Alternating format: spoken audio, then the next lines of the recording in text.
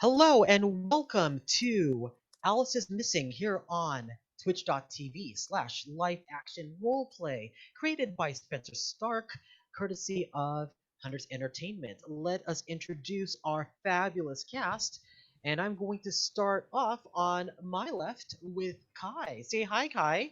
Oh goodness, I was not prepared for this at all. Hi, I'm Kai Norman. Yokai Props is my online alias or something like that. Um, I don't know how much we're introducing ourselves to start with. That works. Okay, And great. and on my right we have Aki. Say hi, Aki. Hi, everybody. I'm Aki, and I'm really excited to be here to play some Alice is Missing with all of these fine folks whom I adore. And on my lower left, we have Sin. Say hi, Sin. Hey y'all, it's Cynthia Marie here. My handle is CynDancer on Twitter and Instagram, Cynthia_underscore Marie. I have no idea what's going on. I was just told that I'm coming to play a game, and all these lovely people that I love to play with are here. So, And last but not least, on my lower right, we have PJ. Say hi, PJ. Hi, PJ. Hi, everyone. My name is PJ. You can find me all over the internet at pj.megaw. Facebook, Instagram, Twitter, and TikTok. Let's have some fun. Speaking of which, it's not often that I get to dress up like a lumberjack and put on suspenders. So I thought I'd treat myself today. And I'm looking forward to having some fun and just kind of chill with my friends. All right, don't lie, PJ. We know this is how you dress every day. I was just every gonna other say day. that. Look, I have 6 flannels. I don't dress like this on Sunday. Okay, that's the day I don't wear flannel. Fine, fine. And I am your host, Ryan Omega, and the reason why we're playing this game is because several people said you should run this game on your channel since we always try to show different and innovative type of games. And we could not actually put this game together without the technical talents of our own Jo Paloma, who is the technical director for this show. So if you have any admiration or love to give to anyone, it would be to Jo, and you'll understand why when we get to game. And I also want to thank some of our playtesters. We actually had to do a lot of playtest tech to get it to where we wanted to. And I want to thank Avon Gonzalez and Alex Marks for being able to playtest for hours with us to make sure that we got the configuration right. And a special shout out to Knoxweiler Birth for arranging all of this setup so that we are able to broadcast Alice is Missing to you. So, what is Alice is Missing? Alice is Missing is a silent role playing game about the disappearance of Alice Briarwood, a high school junior in the sleepy Northern California town of Silent Falls. During the game, we will use our messenger apps to send messages to each other as we unearth clues in an attempt to discover what happened to Alice. And just a heads up, this game inherently deals with a missing teenage girl in a small town and all the topics that can arise when that happens. So themes like family dynamics, tense family dynamics rather, grief, death, violence, and helplessness can and do happen during this game. If this sounds like something you are sensitive to, please let me know. Your safety and well-being are more important than this game. We're going to use a safety mechanic called lines and veils to determine what is out of the play area. Lines are things that we do not want to see in game at all. Veils are things that you don't mind seeing in game as long as we don't go into detail about them. The game has put forth areas of the games that we should discuss.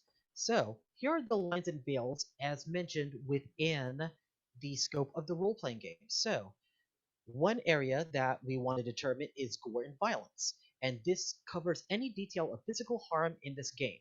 So, do we want to veil that, line that, or is everything okay in this area? Let's start off with Kai. How do you feel? Kai, you're on mute. Kai, you are still on mute. Here we go. Okay, I'm doing great. Great start already. This is my fault for trying to do a push to talk. I would prefer to veil like excessive descriptions of like violence and bloodshed and stuff like that. I don't see too much of a point in it. Plus, with the nature of the characters that we're kind of playing, I don't feel like any of us would actually be going too in depth into writing every little gory detail about something. So Okay, great. Sin, how do you feel? Line, veil, or everything okay?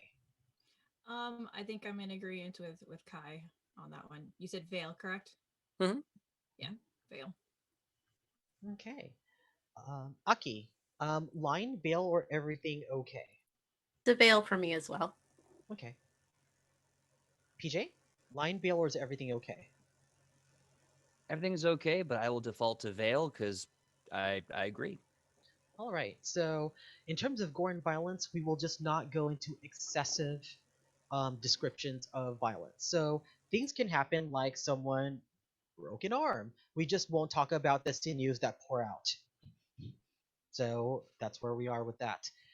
Next area, sexual non-consent. This covers drugging, coercion, physical force, and threats. Line, veil are okay, and just keep in mind that we can actually line certain areas, veil other areas, and determine other areas are okay. So again, we'll start with Kai. How do you feel about this area? what was the description of line again? Of course, line means that this is an area that will not be addressed in this game at all. Ah, gotcha. Okay, so line is the hard full stop. I'm not comfortable with this tool. Veil is like keeping it vague, and got it. Okay. I would lean into veil Okay. at most. Are there so among drugging, coercion, and physical force and threats, are there areas that you would want to line among those areas? Um, I'm just gonna stick with veil on these things. Like I understand that they could potentially be story tools, but I don't. Yeah. Okay, great, no problem. Sin, same question. Sexual non-consent. This covers drugging, coercion, physical force, and threats. Um, Veil, line, or okay? Overall, I would say veil. The only one that I have a line for is the physical violence. That is completely fair. Okay, so line over physical force in There you regards go. to sexual non-consent. Okay, I can definitely get behind that. Aki, same question. Sexual non-consent. Veil, line, or okay? Usually for me, all of that would be a line, but because of the nature of this particular game, and some of the themes it deals with, I understand that it's not fully avoidable. I'm okay with a veil on these things. Okay, great. But I will also defer to keeping physical violence off the table for that. Okay, great. Thank you. PJ, same question. Sexual non-consent. This covers drugging, coercion, physical force, and threats. Veil, line, or okay? I think I'm going to echo everyone else's opinion on that. I think veil overall with a hard line at the physical action, physical violent action, because like Aki said, they make a very good point with the narrative structure of this role play game. This may be part of the narrative, but the details of it are not important. Okay, great. And to clarify for the audience and the player, saying okay means that an area can be played and discussed. It is not by any means an endorsement of wanting these things to happen. So I want that to clarify to the players and to the audience. The next area we're going And to talk. I believe it's also important to note that at any point during this game, I believe we all feel safe enough to say, actually, I'm not comfortable with this. Can we just not? Yes, absolutely. We're gonna get to the X card in the minute because that is also in play. That is the thing that Aki is referring to. Next, victim blaming. Characters can express being upset towards Alice and her action, but victim blaming specifically covers that she deserves what happened to her because of her actions. Veil, line, or okay? I'm gonna go in the reverse. Let's start with PJ. I'm going to say line. Um, I just think with the way this game can be played, I don't think it's necessary, and I think it's a little too it's a little too dicey. I'm gonna say line on that. Okay. So the way lines and builds works is that if a single player, no matter whether it's majority or a single player, decides that something is a line, it is out of play. So no victim blaming will be allowed in this game. And then I'm going to do this. Are there any other areas that we wish to line or veil that has not been covered by the questions that we already put forth? I will start with PJ. Any other things we didn't cover? I can't think at this point in time. I think I'm okay for now. Okay. Aki. I'd like to put a veil over anything involving self-harm. Thank you. All right, self-harm is now under veil, which means you can talk about self-harm, but it cannot be graphically described. Sin. I feel like I should preface, but because we're talking about safe stuff, I feel like I shouldn't preface for it. Anyways, anything creepy crawly, particularly like worms or spiders or like something that's gonna like come crawling out. Can we do a veil over that? I'd imagine like if there's something weird going on, it's okay to describe it, but like I get really like grossed Bless out you. by Bless you. Thank you. and then the I don't think anybody's gonna do this, but I might as well say it, be safe than sorry. The actual sound of vomiting. If anyone does that, can we put a line through that as well? Like I'm not kosher with that. I will probably like have to bend over and do it myself if I hear it. Um, I feel like there's other things, but those are the things that I can think of right now that are the yeah. Fortunately, it's an entirely silent game, so we won't have to worry Great. about that too much. That's true. Great. Mhm. I am a sympathizer even when I see people like start doing that too. I'm also very like, yeah. So I do have two questions actually, if you guys don't mind, and I'm opening this up to the rest of you guys, collectively, all of us. First one, coarse language. Anything vulgar, as in swear words, combination of words, maybe even taking the Lord's name in vain, if you want to use that umbrella. Any of those lines, veils, okays? Okay, Yeah, on I'm all okay. I don't give Cool. a damn. Fucking awesome. Just want to check. Second one. And maybe I should wait until we start doing character development for this, but I wanted to ask about line veil or all okay about I don't want to phrase this. We can come back to it if you'd prefer. You know, let's do that because I think if and when it comes up during character creation, if at all, then Yeah. I'll have a better flag for that. The nice thing about all of us like actually creating our characters on this feed is that if things are brought up, anyone at any time can kind of be like, I don't like that. Let's not, and it's okay. Because we can never plan everything ahead of time. But what we can do is trust our player group that if someone says, I'm not comfortable, we will all fix it because we do all care about each other. Kai, same question. Are there any other areas that we wish to line or veil that is not already covered? Nope. It's totally cool. I mean, like, I was gonna say what I just said, which is, if I encounter something that I find is going to bother me, I will mention it if it's bothering me. But generally, like, at least in the way this whole game works and stuff, I don't expect any of us to go into huge, crazy details and things, because it's all that text message format. Like, I just don't think there's much opportunity for going into things like crazy, crazy detail that might actually push any of my boundaries. So Okay. All right. So let's cover everything again so that we are all clear. So, in terms of gore and violence, we are holding a veil for sexual non-consent. Veil over most things, line over any physical force for sexual non-consent. For victim blaming, complete line that will not be in this game. Other things that we are line and veiling: no uh, bailing over self-harm. We are bailing over descriptions of things that are creepy and crawly. Um, we are putting a line through performative vomiting. However, Kyle also brought up the point. This is a mute game. Thank goodness. That is a one thing that we can. Um, that's one advantage of having a game here.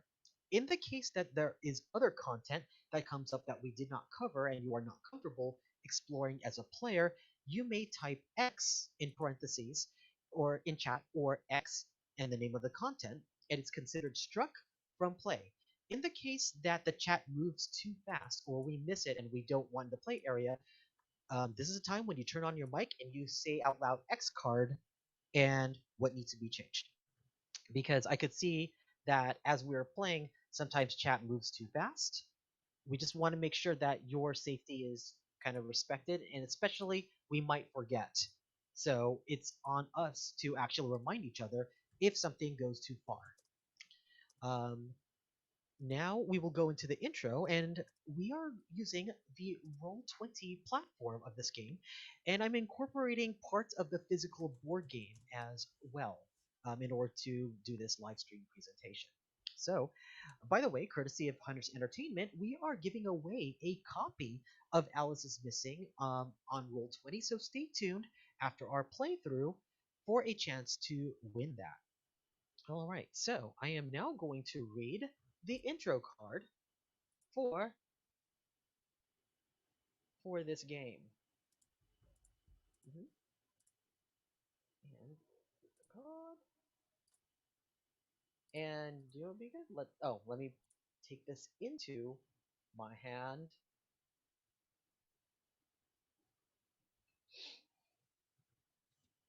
Do you know what's fun? Trying to figure out little things. Let's put this.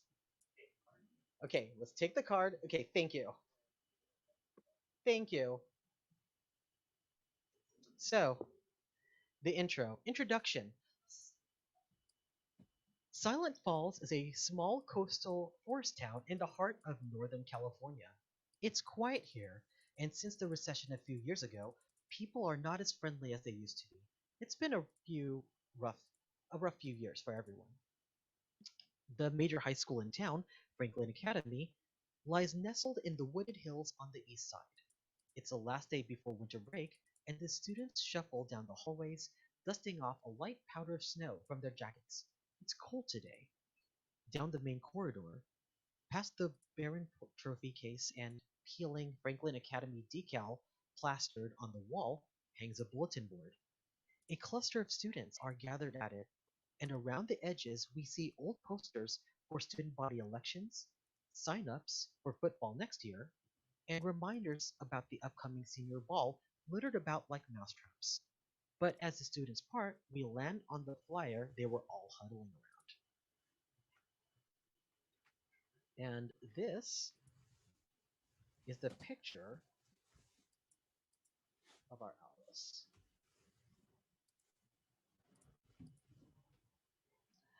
The reason why we draw from the deck the missing picture of Alice is because the game has Alice's of different ethnic groups, of different appearances. So it was a random draw to see what Alice that we have.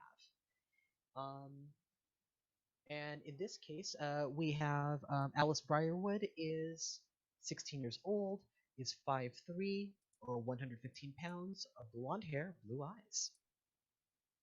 And this is our Alice, and we'll learn more about her shortly. And now we're going to go into the characters of the game.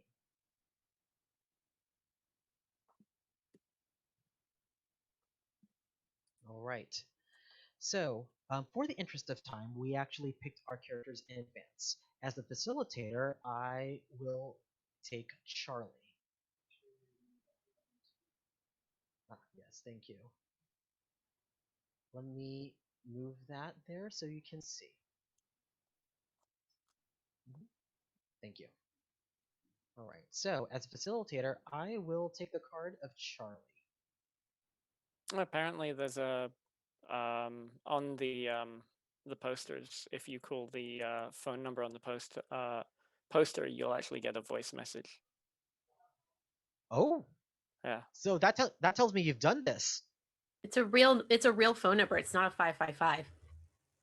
Yeah. Okay, good to know. Um, so, uh, so I am playing Charlie Barnes, the one that moved away, and we'll get into a little bit more of these. But the available characters are Jack Briarwood, the older brother, Dakota Travis, the best friend, Julian North, the secret girlfriend, and Evan Hallwell, the one with the crush. All right, so everyone, please take your cards from the board. And I will continue once everyone has their card. Do we just drag it? Click, right click. Thank you. All right. So let's go over what's on the card. So the first is the background question. So when we go over the group character question phase, you share your answer to that question. The second is the secret, and you keep this to yourself for now. However, we reveal this to someone around, I'm going to say halfway through the game, either through a private conversation to the group or to the group chat for dramatic effect. So you don't hold on to the secret forever. You come out with it when a dramatic moment occurs. The third on the bottom is the voicemail prompt. So at the end of our setup today, we go on break before we start the actual timed game. We'll record this voicemail into this prompt. And if you can work your secret into the voicemail, the better. So for us, we're going to record this and send this to Joe, our technical director, using our messenger app. And keep in mind that there's a limit of 1 minute. So the tone of this voicemail should be the last message we left Alice before we knew she was missing. I have to say that because last time when we did a playtest, I completely forgot and I thought she was missing yesterday. So it was a very different tone. And now we'll go to this next part, these little cards that look like fire. These are the flaming drive cards, and they have two things on them. So the top will be the motive, and that fuels how your character will approach the situation, but do what feels natural to your character. The bottom lists the relationships, and we'll go over that during the group character phase.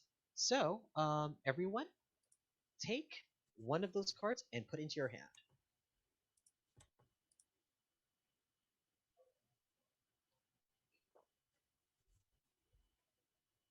All right.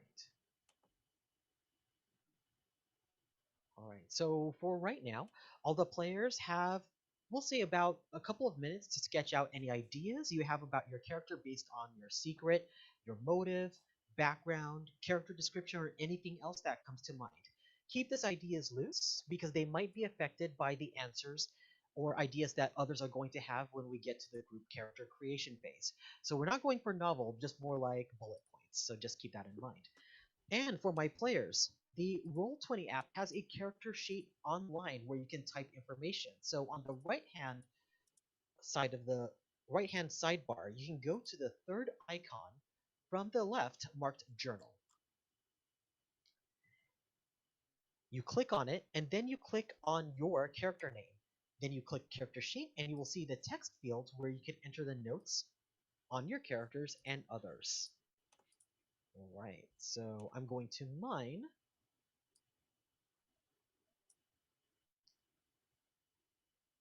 But in the meantime, as my players are going to fill this out, I'm just going to uh, say a few things while they figure out what they want to do with their characters.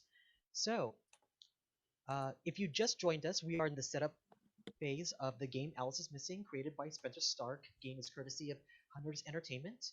We want to show the setup phase because it's an essential part of playing this game.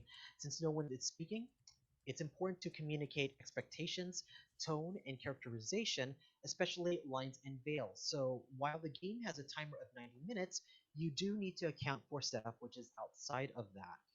We also decided to run this game after several people recommended that we should specifically run this game, which is considered one of the more innovative games in the past couple of years.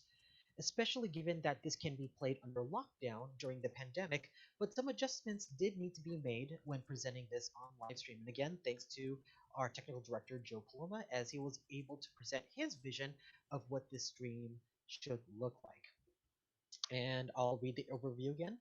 Alice is Missing is a silent role-playing game about the disappearance of Alice Briarwood, a high school junior in the sleepy Northern California town of Silent Falls. During the game, we will use our messenger apps to send messages to each other as we unearth clues in an attempt to discover what happened to Alice. All right. Let me check with our players. Do you feel you have a little bit of a lockdown on your characters, or do you need more time? How's everyone feeling? I need more time. You need more time? Yeah. No worries. PJ, how do you feel? Sorry, I was muted. I think I'm pretty good. Okay. Kai, how do you feel? Good. Aki? Okay, Good to great. go. All right. So I think what we'll do is I'll start off with my character, and we'll have Sin goes last so she has more time. And I think as you listen to us, you might get some ideas. All right. So when we share our characters, let's list their names, their pronouns, their relationship to Alice, and the answer to the background question. And remember to listen to the other players' answers so that we can collectively build this Alice. Also, feel free to ask questions if you want further details to someone's answers. And I'm going to start with Charlie. So, this is Charlie Barnes, he, him. He was in the anime club and drama club with Alice. Alice is a pretty good artist. She wants to be a doujinshi artist. Keep in mind she's 16, so anything is possible. She loves boys love manga and yaoi. She would hang out at the artist alley at anime cons, but she's not old enough to have a booth yet. But she would be pretty good, but she's not quite there. She kicks my ass in Super Smash. Her main is Pikachu, and being defeated by Pikachu is very, very embarrassing. But she's just really good at it, and she's good at most fighting games. Um, Charlie is 5'10". He has dyed blonde hair, hazel eyes, olive skin, and he was chubby before he moved away with his mom from Silent Falls at the end of last school year after his parents divorced. He's now staying with his dad in Silent Falls for winter break, so he's hoping to see Alice and the others while he's here. Uh, in the time that he moved away, he's leaned out a little bit from joining the wrestling team, but it's because he really wants to do a Cloud cosplay, and Alice has decided that she wants to be Sephiroth, so they can do this group Sephiroth Cloud cosplay. And he messaged Alice hoping for a rematch in Super Smash Bros., but it's just not like her to not respond for a few days. So something's up, but hopefully nothing is wrong. All right. Who would like to go next?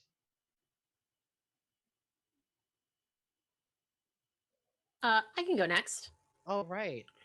Evan, please introduce yourself and your relationship to Alice and your pronouns. Okay. I'm playing Evan Howell. In this case, the pronouns are they, them. Evan Howell is the one with the crush. They are actually fairly recent transplant to um, Silent Falls. They haven't been here very long. They've only known Alice for basically this school year, but immediately kind of developed a bond with Evan by way of the theater club, which Evan is also part of. They are on the technical theater side, though. They only ever work backstage. They're not a performer.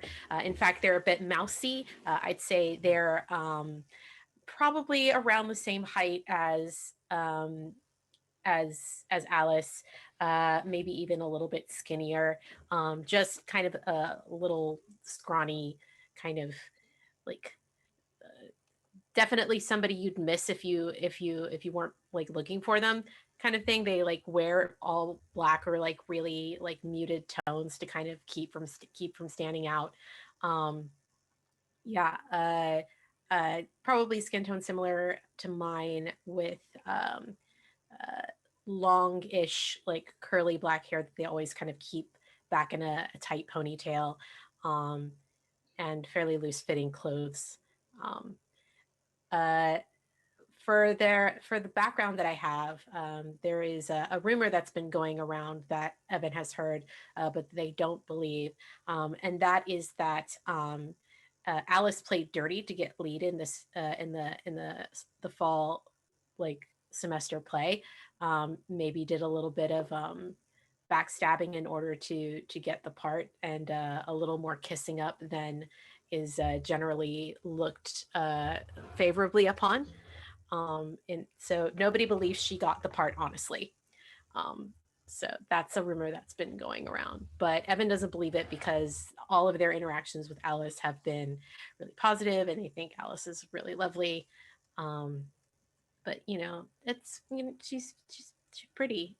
It's no big deal. I'm not biased. It's fine. Who would like to go next?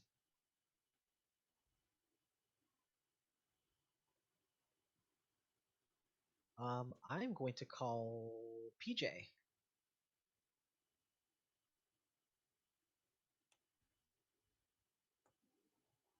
Sorry, I thought I unmuted myself. I did not. Okay, so Jack Briarwood is the older brother to Alice. He's kind of got a tall and lanky frame. Kind of has that kind of shoulder complex. The head's always kind of drooped down a bit. If you need to think of like a celebrity lookalike, he kind of looks like Harvey from Sabrina. He's got the kind of brown hair, short, but kind of parted and wavy, thin. He used to be on the wrestling team, but lighter divisions. He kind of has this lumber core aesthetic, not for any hipster reason, but because he kind of wants to follow in the traditions of the town and be a manual laborer. He works in the metal shop, wood shop, works on cars, just kind of has a very simple, plain look about him. Um, he's mostly quiet until someone gets him, and then he just ramps way the hell up with that energy. And yeah, because he's the older brother, a lot of Alice's life is just kind of like tertiary to him. But he cares a lot about Alice. Uh, yeah, I think that's it right now. Is there anything I'm forgetting that you'd want to No, know? Okay. no. I think you're pretty good. Thank you. Next, we'll go to Kai. So tell us a little bit more about Dakota, their pronouns, and what they're all about as the best friend. So Dakota is a shorter, kind of skinny, like punk kid. They have grown up kind of in the local like trailer park kind of area. So they definitely don't excel at school, but they get by when they're not getting into detention. They're very protective of their friends. But they are very accusational as well. The kind of kid that like assumes that they're going to get into a verbal or physical kind of fight all the time, and just kind of over exaggerates everything. I'm sure we all know someone who like leans into that a little hard. But yeah, so visually, Dakota has some kind of like skinny jeans and a Henley that's all kind of like scuffed up a bit, and a leather vest. They've got a mohawk that has been rather badly dyed black. They would probably more of like a mousy brown or maybe a red kind of color, but yeah. Um, in regards to the actual so Dakota has something that they really like about Alice that other people kind of like can't really stand. And I want it to be like a fandom kind of thing, but I'm having trouble kind of thinking on what it could be. Does anyone have any ideas that could maybe help me with that? A fandom? Yeah, like I want to pick a fandom, like some kind of thing. Like I was thinking leaning into like anime, but I don't want to just like straight go for that one. But you know, just kind of making pop culture references of something often. What about 80s sci-fi? You could kind of like ironically mention like Krull and Star Trek and E.T. I kind of like that. Yeah, like leaning in yeah, okay.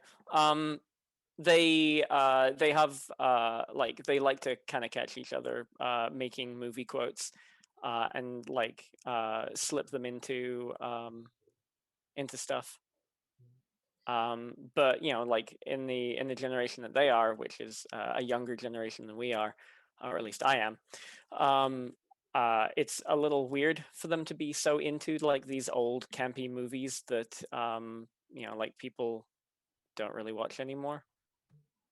I would probably volunteer instead of 80s sci-fi, Hmm. just cheesy sci-fi. So it's a much broader range. Okay, I'm down for She that. just likes cheesy sci-fi because she likes bad special effects. Hmm. The more wires you can see, the better. What if And we I'm go like, ah, Alice, why? like Why classic this? Doctor Who though? Come on. That's so good. I don't like classic Doctor. Okay, Alice. I'm All reminded of right. like Community with Professor Spacetime or something like that as well. Yeah, so super cheesy B movie kind of like low budget bad stuff. Mhm. And Alice and Dakota love to quote those. Um, yeah. All right. Sin, tell us about Julia North, her pronouns, and oh, let me clarify, Kai. Dakota's pronouns are they them? Sorry. Dakota's pronouns are he him. Oh, okay. All right. So for Sin, pronouns, and what kind of character are they? So Julia North is going to be she, her.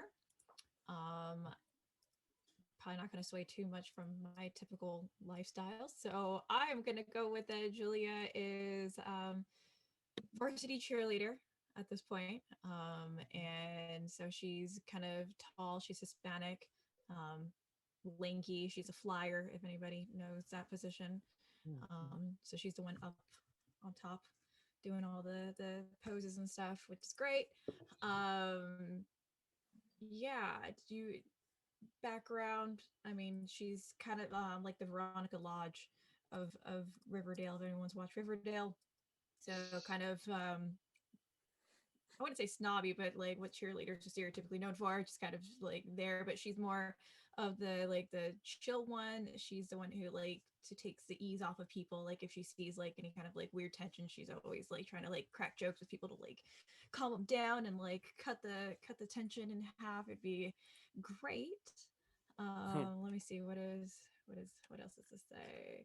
The background. Tell us when you and Alice first met. So met in chemistry class when I nearly failed my first exam when being super nervous about varsity cheer tryouts. So yeah, there's that. Anything else I need to mention in here? I mean, as long as you answered the question, I think you're good. Yeah, I think I Oh, did, unless anyone else had a question. and a lot of these are gonna start filling out a bit because we're gonna go into the next section of our drive card, which is the hold on here, which is the starting hunt. Oh, let's see. I may have jumped my script. Let's see. Ah, here we go. All right. So now that we've introduced our characters, we now dole out the two different relationships on our drive card. Note that all of our characters are friends, or were at one point, so no one should feel excluded or left out because they were not in the in-group. Think about it this way: if you're all close enough to do a group chat and sharing gifts without feeling weird, you're all close enough to be able to communicate. So let's take a look at the two relationships on your card that you've been given. You'll assign each relationship to another character. These relationships are usually one-sided, so just because your character feels this way about another character doesn't necessarily mean it's reciprocated. And sometimes flawed relationships will be more dramatic than wholly positive ones, and you do need to use them both. So, does anyone have a relationship they want to assign to someone else? I do. All right. Um, Kai. are we doing like round robin, like everyone do one and then everyone do another, or? Yes.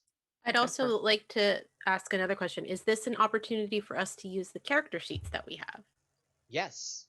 Cool. Absolutely. I've already been typing in my character sheet some of the notes that we have, but this will enable us to give more depth to the relationships that we have with these characters during setup. Perfect. Shall I go ahead with mine? One of them? Yes, yeah, absolutely. Cool. One of the ones that I have is the phrase, "I don't think you like me." Hmm. So I'm going to give that to Julia, Sin, your character. I think because, you know, on an out of character level, we all know that your character is the secret girlfriend, and Dakota is the best friend. There's this kind of, at least perceived on Dakota's side, there's this like feeling of maybe like rivalry or competing for attention. Now Dakota might not even know about the relationship, but yeah, like at least from his end, he's always kind of felt like Julia has been a little weird around him, kind of ignores him over like Alice or things like that, or often anytime like the three or more are trying to like hang out together, Julia usually wants to kind of like split off with Alice, and that just kind of makes Dakota kind of feel like you like Julia doesn't like Dakota or like being around. All right. Does anybody else have another relationship they want to assign to somebody else? Actually, I would love to assign one. Okay. This one is for. Oh, I gotta like pull it up again. Character names for Jack. The line is, "I'm protective of you." I actually would just love to see how you would interpret that, in what way you can. I know that that would probably fit your character the best. Okay, cool. So just so I can put my notes, so Julia feels protective of Jack. I think so. Yeah, I think we're gonna go. Is that how it's supposed to be interpreted, Ryan? Because the line it says, "I'm protective of you." Yes. So you would say that this is what you assign. You two would work out why. Why is that a thing for you? So that's something that you both figure out. However, Okay. it is still a one-sided relationship. Yeah. So I think she's going to be protective of Jack just because her secret relationship with Alice, basically already views you as like a family thing. So she's very like protective of Jack as well, just kind of like secretly like in the background. If anything's going weird, like she's going to like immediately call on Jack probably over Dakota. Um yeah. Okay, cool. Definitely making a note of that. I'm down for that too. I have one I want to assign. Okay, great. What would you like to assign, Naki? I would like to assign this to Julia. Alice has forgiven you for something, but I haven't. I'm thinking that with Julia being like the popular girl who's a flyer in the cheerleading squad, has definitely said or done things that were dismissive of Alice in public, and made Alice feel bad, and Evan could see that. And even though Evan is not aware of their relationship, Evan, has a crush on Alice, and so seeing anyone like be publicly like rude or mean to Alice is not cool with them. But they watched Alice forgive you for it, and they're like, that's bullshit. So yeah, I think there's a secret sort of animosity, like underlying animosity there, of seeing somebody that they really like and care for get treated badly by one of the popular kids. Okay. Do you think that it is a perceived thing from Evan as well, or like hard evidence that like it's bad? So I think what it is more like, because they don't know the nature of the relationship between Julia and Evan, like, and because they I think it's more of just sort of like, wow, that seemed unnecessarily rude, or why did she brush you off that way, or like what weird thing is happening over there, why does it make Alice so sad, like kind of a thing. Okay. So like not all the details there. Yeah, it's definitely like, not something that they're fully aware of what the parameters of whatever is going on there is. Got it. All right. I have one that I'd like to assign. Mine is, I know how you really feel about Alice, and I'm going to assign that to Evan.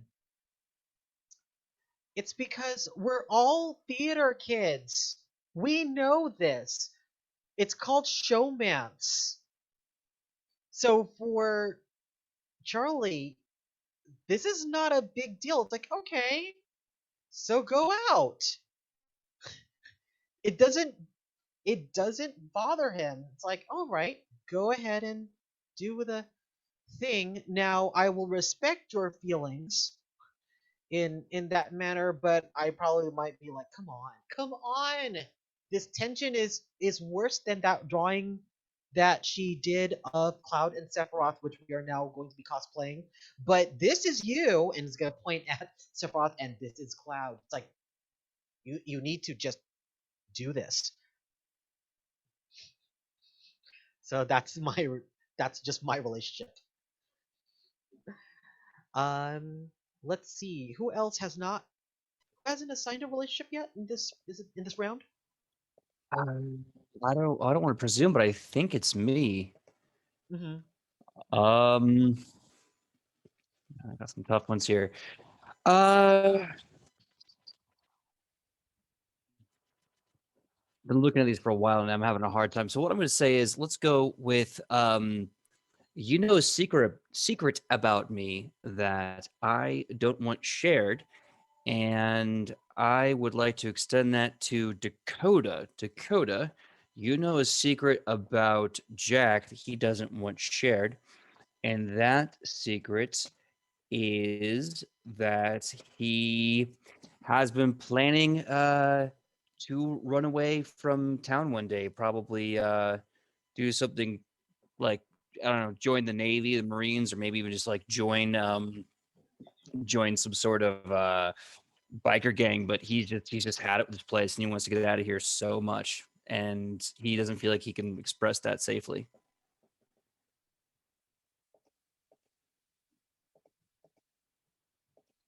Kyron, you're on mute. There we go. How do you figure maybe Dakota found that out, do you think?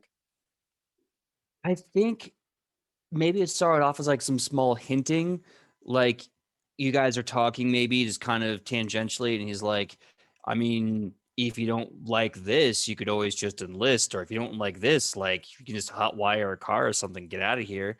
And maybe like the big period was like, you saw me leaving a recruiter's with a bunch of paperwork, like really looking really confused about what if I'm making the right decision or not.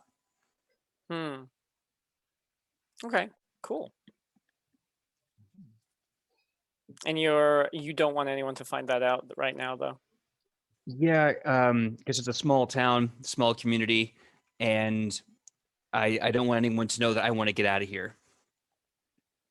Okay. Especially not your sister or your parents.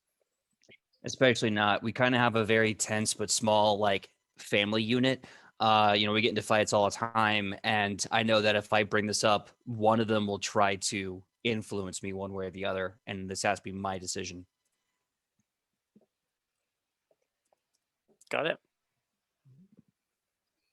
All right. We're now at our second round of relationships. Does anybody have a second relationship they're ready to duel out?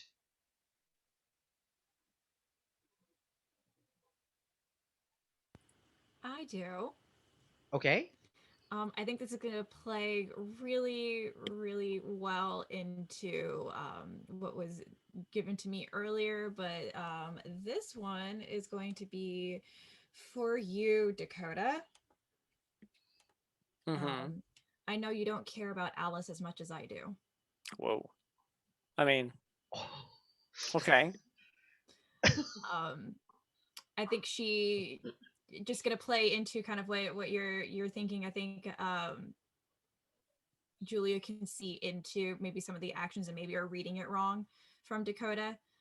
And is kind of just looking at Dakota of like, yeah, so like you think you know her, but you really don't. So like it's not working here. Like I know more, which means that I perceive to care more about her because I've inquired about this and this about her. Cool. I love the mutual tension there. All right. Any other relationships that people want to dole out? The second one. I think I'm ready to dole out my second one. Okay. My second one is you've always been there for me. I'd like to think that right before Charlie moved, the two of them got really close. Um, Probably due to like the shared like club experiences and stuff like that. So they've stayed in contact since Charlie moved away. Um, and whenever Evan needs to talk to somebody about something, Charlie is easy to talk to because Charlie's not here. So they kind of feel like their secrets are safe with him. Yeah, because who So would I tell? Like, would I tell Alice? It's like, that's you. That's you. I still want this to happen, when we get to our next cosplay group over at the Anime Con, but yeah. So that would if need you think you're going to get me into a cosplay, you are sadly mistaken. I mean, look, we're trying to do a Sailor Moon cosplay, and I can only play Sailor Mars so many times before it looks old. You're not Just putting me in a skirt. Sorry. but you could be Tuxedo Mask. He doesn't do anything. I I He we're gonna just talk about this. stands there and his cape billows. I know, but you'll look hot in it. It's a tuxedo. We'll get you a tuxedo. I'll get you a tuxedo from the theater in the backstage where all of the costuming is. Like we'll just borrow that. No one's gonna know. No one goes back there but us. I play it backstage. I do backstage for a reason, dude. I know. That's why you look good as Tuxedo Mask. It's closed.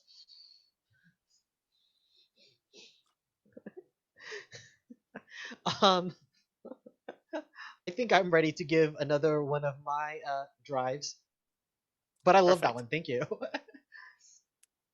um, we've never gotten along. I'm gonna give that one to Jack. I think there's this.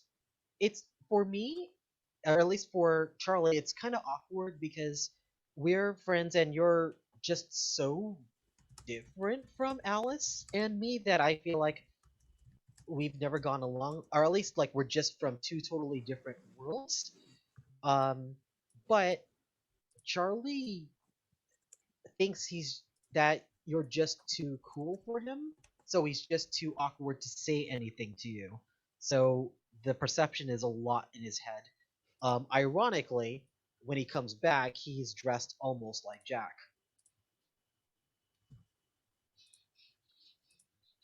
And he's trying to sort what that means.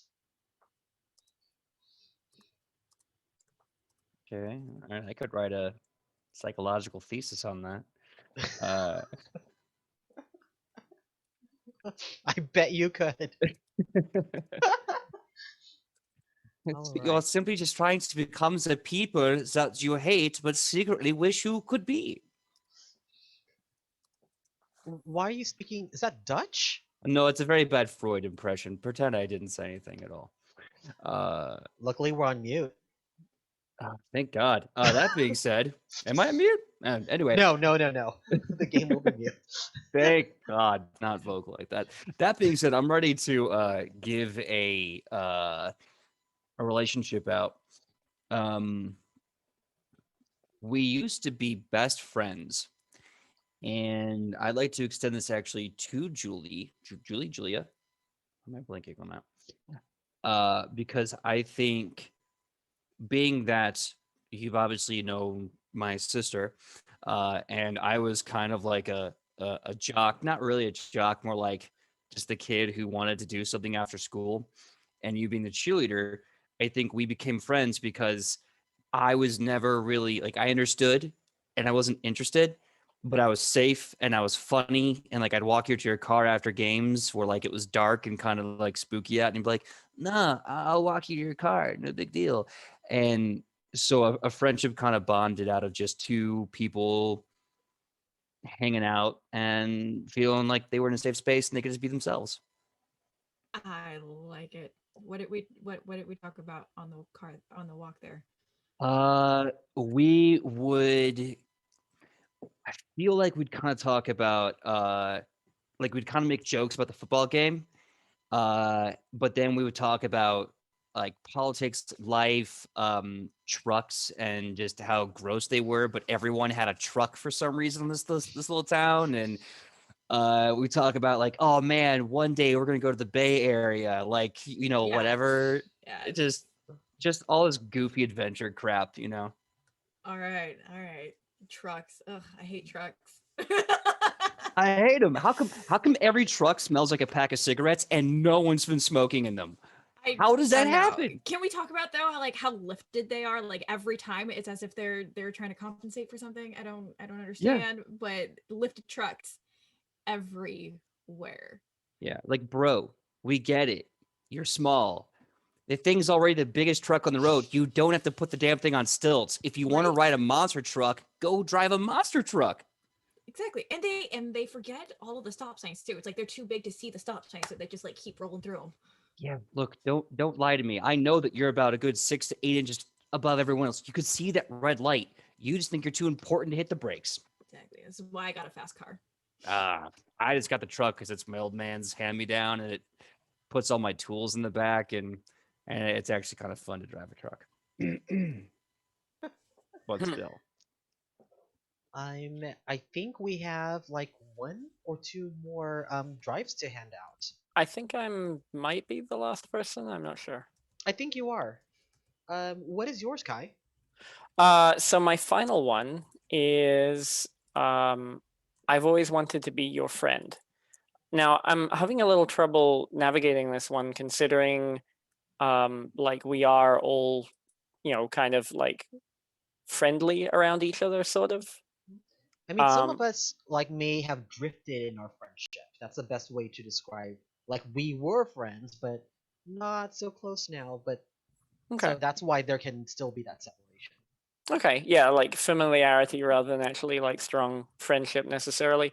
How many has anyone not been especially targeted by them? Because I'd like to spread mine out. I don't want to like home in on people who haven't gotten that much connection. I don't think. I don't think Charlie's gotten a whole lot, right? Yeah, I think I've only been targeted once. Aki, how many times has Evan been hit up with things? I don't think at all. Oh, well, in that case, okay. it definitely need to change that then. Cool. So I've hit up other people, but I have not yet been hit up. No problem. Then I shall solve that. So, if I'm understanding correctly, Evan is a theater kid, yeah? Tech theater. Tech theater, tech. Okay, cool. So Dakota is not either of those things. It doesn't do anything related to the drama and theater kind of stuff. And yeah, they've just always wanted to kind of be closer friends with Evan, but because Evan has such different kind of interests, there isn't much that they have kind of as a common ground for them to like really heavily bond over. At most, it might be things like Dakota really enjoying those awful cheesy movies, which Evan might even find kind of frustrating or something. I don't know. What do you think? I think for Evan, it would be like, I think they'd be a little bit not confused because they know Dakota is Alice's best friend. So like Dakota be trying to befriend them is like they see it as a nice thing for Dakota to do, but at the same time they also are like huh? Why? Not because they don't necessarily think they wouldn't be a good friend to anyone who wants to have them as a friend, but like they don't find themselves to be particularly interesting. Like they make a point of trying to sort of melt into the background. They're good with having like maybe one or two friends. Like they're not like, I must befriend everyone. My self-worth, it depends upon being friends with everyone. It's whatever. So it's a pleasant surprise that Dakota engages with them at all, but they also have like the awkward. Are you sure you're interested in it? Like if you're in, you could just ask Alice about. Okay, cool. I'm also sure with Dakota kind of being like just coming off like weirdly aggressive with people at times. It's kind of hard to read them, maybe. Yeah. Yeah. It's like okay, cool. Cool. Okay, cool. All right. So, as we are going into our next portion, I understand, and I hate breaking the illusion, but I know some of us need to bio and have said I would love to bio. So like if you need to go, and then we'll just entertain the crowd until you come back, and then we'll continue the next part, which is starting hunches. And so if you need to take that break, we're gonna still be on camera, and just go ahead and do the thing for right now. And yes, you can get up and go and use if you need to. Oh no, I'm fine. I was trying to be entertaining in case someone had to go, but it's fine. Okay. Perfect. All right. So, wait, does anybody need to go? Oh, okay, well, we have been setting up so long that the urge has subsided, so we will continue with starting hunches. So, starting hunches is the next part of this game. So, what we do now is, now that we've built our characters together, we now look at the different suspects and locations, and why are each of these things suspicious to us. Now keep in mind, they have to be suspicious, not just, it's so weird and creepy, but why are they suspicious to Alice's disappearance? Why would we name those particular people or places? So does anyone here feel like a particular place or suspect jumps out at them?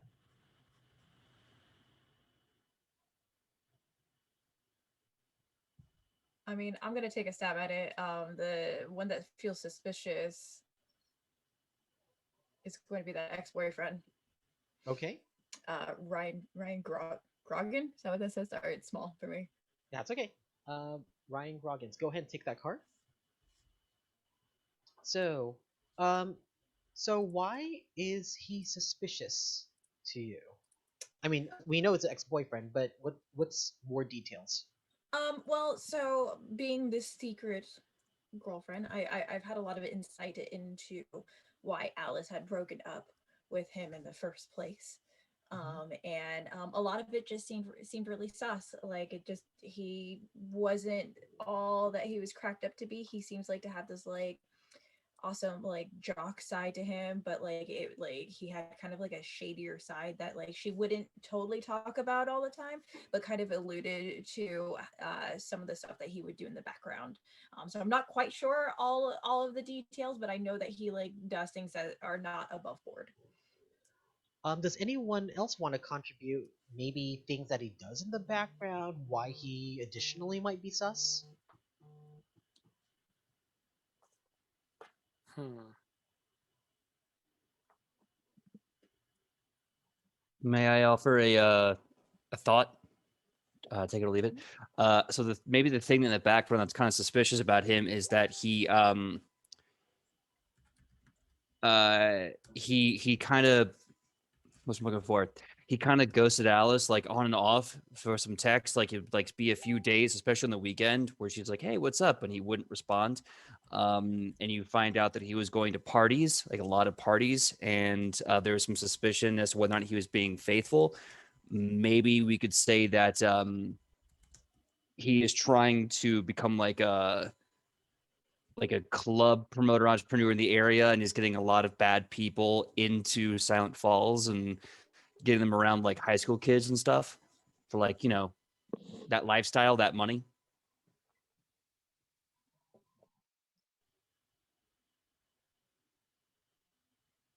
All right. Anybody else? Anyone else want to take another starting hunch, whether it's a location or a suspect? I think I might like to go for one. Sure. I'm gonna pick out the Dripping Dagger nightclub. I think. Um, it's not the popular venue in town. It has it's changed hands multiple times. The owners keep either weird things happening, or they move out of town and sell sell the business to someone else and such. And it recently changed hands again after a while of it, like months and months of it being kind of no longer active. And it just recently reopened, and no one knows who this new owner is for sure. Like no one's really sure. All right. Um, Anybody else want to take a suspect or a location? I'd like to grab the old barn. Okay. What's suspicious about the old one? The old barn uh, is a place where the theater kids often go to run lines or like work on a particularly difficult piece of choreography. Like it's a nice kind of out of the way private spot where like the teenagers go to sort of like fuck about doing like their theater nerdy stuff. And I think it's also a LARP location. The theater practice very quickly like devolves into actual like, you know, story creation. Like the kids just sort of like they don't really know what LARPing is. They just know they really enjoy playing pretend, and so that the barn is like a great location to do that. But because it's kind of old and a bit sketch and sort of out in the middle of nowhere, like they're constantly being told by their parents, "Hey, you shouldn't go. Like, please don't go out there. Like, nobody like there's terrible cell service out there. Like, if you drop signal, like it takes a while walking back in towards town to get it back. Like, it's kind of like a little bit of a dark zone. Constantly missing text when you go out there, that kind of thing. Okay, dark zone. Okay. I'd like to take one. I'm going to suspect Bria Brown, who is the bully. I think Bria was cruel enough knowing that some of us who do theater and LARP out at the barn decided to terrorize us by actually trashing some of the costumes um, from our beloved backstage, but also the staging area whenever we want to get into costumes um, for LARP setups. Um, why did she do this? I don't know. But the thing is, like, we don't like her. Um, she has it out for us for some reason, and that just makes me really concerned because there's no logic to why she's being that cruel to the theater kids.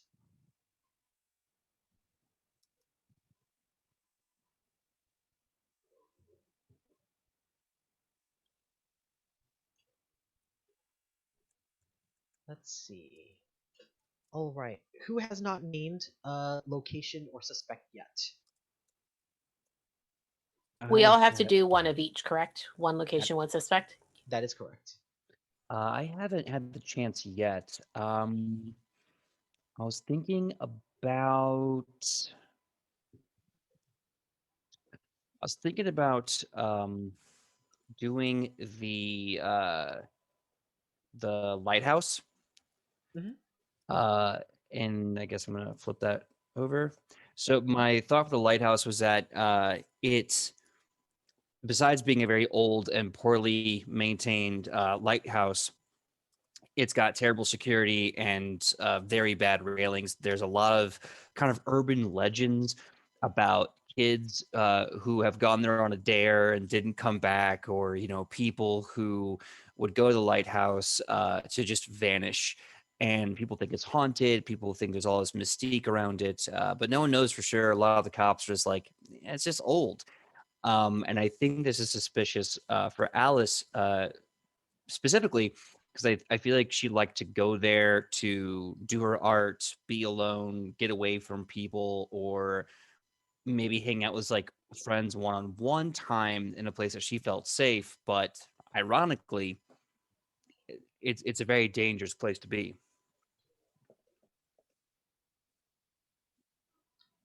All right.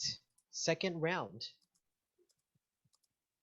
Anyone have a particular location or suspect and try to pick the opposite of what you picked the first time? Uh, I have a suspect that I would like to claim. All right. I'd like to claim CJ Wallace, Sure. the creeper. Hmm. Um, I want to say that CJ Wallace is somebody who does tech theater as well. Um, but there are a lot of people who suspect that he only joined the theater club so that he could be a bit of a peeping tom. Like he's Ooh. always like acting kind of creepy around like the girls in the theater club, and like is kind of always being found where he's not supposed to be. And like, he specifically works in lighting, um like sort of, and he's sort of obsessive about it in the way that he likes to light people. um and uh recently there have been he has been fixating a lot on Alice, who is the lead in this play, and has been talking a lot about how beautiful her skin is and how he can't wait to light her, and things like that. They're getting ready to like, they were like, just before Alice went missing, like they were getting ready to like do headshots for all of the cast and stuff like that. And he, of course, was like overly excited about it. And yeah, like everybody knows he's a bit of a weirdo and kind of just a little too enthusiastic about certain, and some of his behaviors are like very cringy. Um, uh, but like nobody's really said anything because, as far as anyone can tell, like he's never really done anything yet. He's just very like creepy and gross. This reminds me why you are a storyteller because I got creeped out from that description. You're welcome. Yes, thank you. Anyone else have a location or suspect they would like to claim? I think I got it. Yeah. I would like to talk about the Callisto River State Park. Okay. And I think it's sus because there have been a lot of rumors about um, a serial killer, like back in the day, known as the watery grave serial killer, who would bury its bodies under where the lakes and rivers are and stuff like that, and let the bodies like float down. So I think it's pretty sus. If people were disappearing, that'd probably be one of the first places to go look. Nice. Let's see. Anyone else want to claim a location or, well, I guess in this case, a person? I am I'm down to claim Mr. Halvert, the history teacher. Mhm. Mr. Halvert, the history teacher, um, has kind of been one of those teachers that Alice has been struggling with the most. He is known to be one of those teachers that takes pride in failing their students. I guess this makes it look like their class is hard, and therefore they have like value as a teacher because they teach a hard subject because they fail a lot of students. Um, Alice was struggling in his class, and instead of actually taking the efforts to help her after school, he effectively was bullying her and trying to subconsciously push her out of his class. When Alice basically confronted him about this and spread this news around, it was very publicly shaming to him. But the jerk's got tenure with the vice principal, basically, and so they can't kick him out. But he's definitely getting some flack from the community, and has kind of been causing the bullying to become less subtle and more direct towards Alice. So it's in the Briarwood family, it's kind of known that he's just that a-hole teacher we have to tolerate until the end of the school year. All right. I think we have two things left: the popular kid and the Silent Falls train station. I so I think the train station is suspicious, partly because I know that when we want to go to one of these like conventions, these anime conventions, we can't really convince our parents to take us, and we realized that the easiest way to get to some of those conventions, like in Los Angeles or San Francisco, was to literally take the train, like the Amtrak train that would go straight to the convention center and get out there. So I know that Alice has, on occasion, when she was not anywhere to be found, it was because she was at the train station going somewhere else. Because she's now used to it, because there's a new freedom in finding that you can actually take the train everywhere and you can't wait around for your parents to take you anywhere.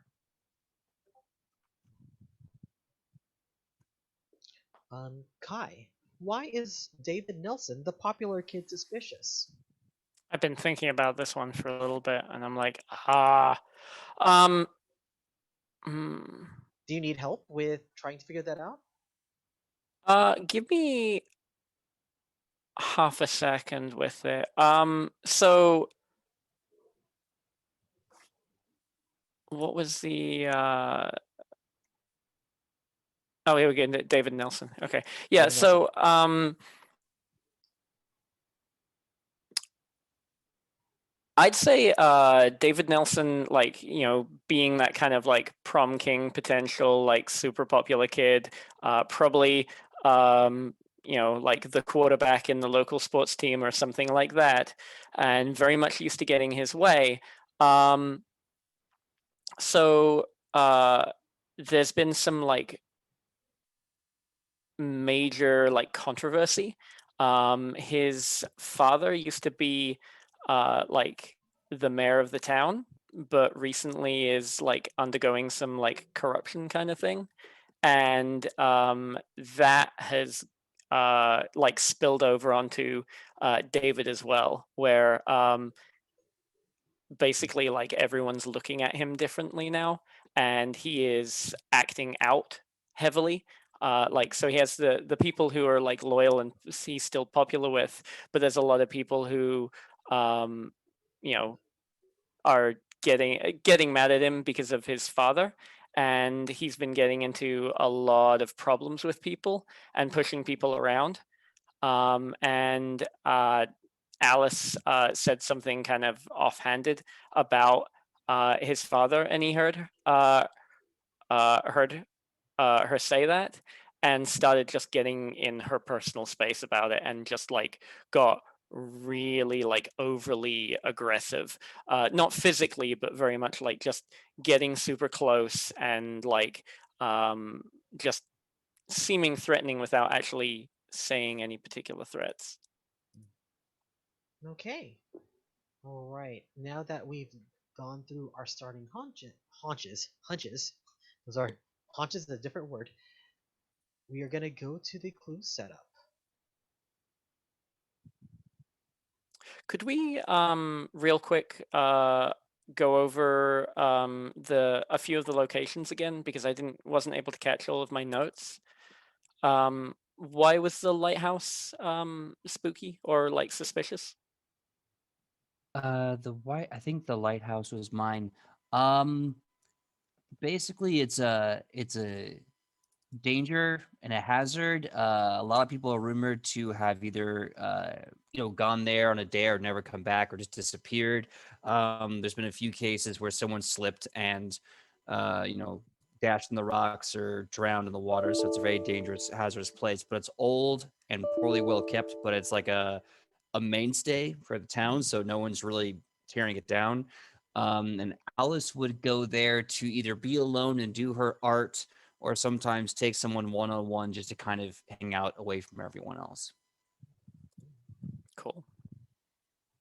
Okay. Does everyone have notes on everything else, or are we missing anything? Can I get the name again of the supposed killer that used the River State Park? Call it the Watery Grave Killer. Okay. All right. We are now gonna go to the next portion, which is the clues setup. So, the clue setup is the main mechanic of the game, and when you get to the the game will have a timer, and when you see your number come up, so essentially, so if you have 80, it's 8000 or 6000, start uh, doing what is on the card. So generally, what it will do is it will tell you to pull a card, either a suspect or a location, and it'll give you some conditions to work into your role play. And the way we're going to do this is we're going to have just everybody in turn pick up a card. So I'm going to take 90 since I'm the facilitator. Um, I'm going to have PJ take 80. I'll have Sin take 70. Kai takes 60. Yoink. Aki take 50. I will take 45, and then the same order. So PG take 40, Sin take 35, and then I think that is it. All right. Next. Um, Next, home stretch here in setup. Thank you everyone for your patience. But it does require this kind of setup. So now that we have all of this, we are going to take our 10 to 15-minute break, and during this break, our players will record our voicemail based on the voicemail prompt for our character cards. If you can incorporate your secret, it's a bonus, and remember that our message app only allows a minute message to be a minute long. When we come back, we will go over the game guide just before we begin, and we will see everyone after break.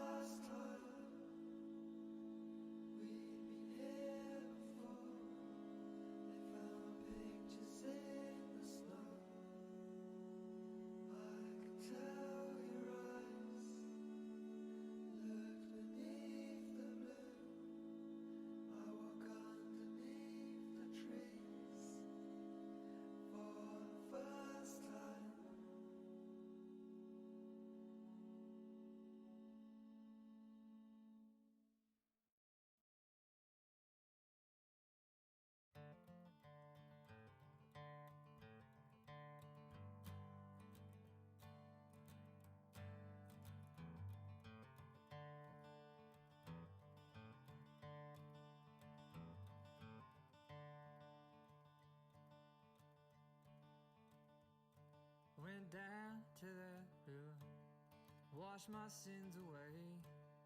Praying, praying, praying, praying, praying for another day. I went down to that river, washed my sins for free. The devil's on the other bank, staring back at me. I'm a dead man walking. I'm a dead man walking. I'm a dead man.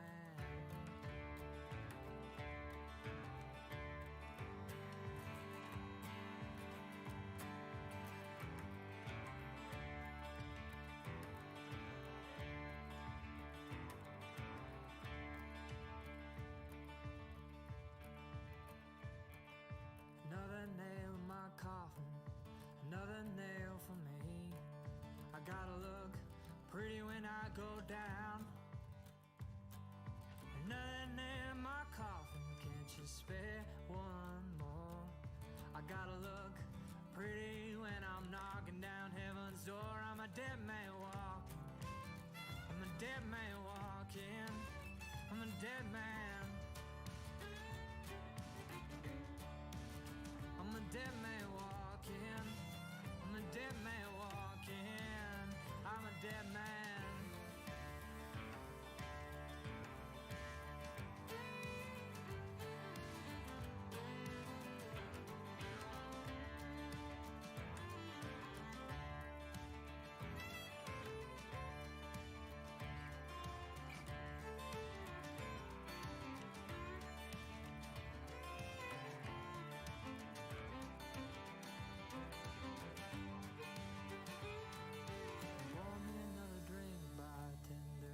My cigarette.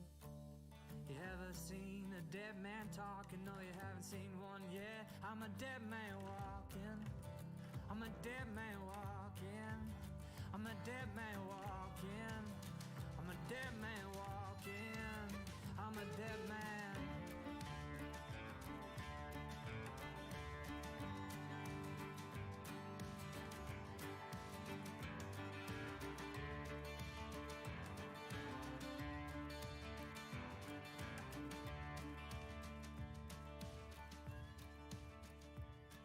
Went down to that river, washed my sins for free. No one seemed to notice as I stared. I went down to that river to wash my sins away. I was thinking of you in that wedding gown. I went down to that water, I washed my sins away. The world faded away as I went down, down, down, down, down, down, down, down, down, down, down, down. I'm a dead man walking. I'm a dead man walking. I'm a dead man. I'm a dead man walking.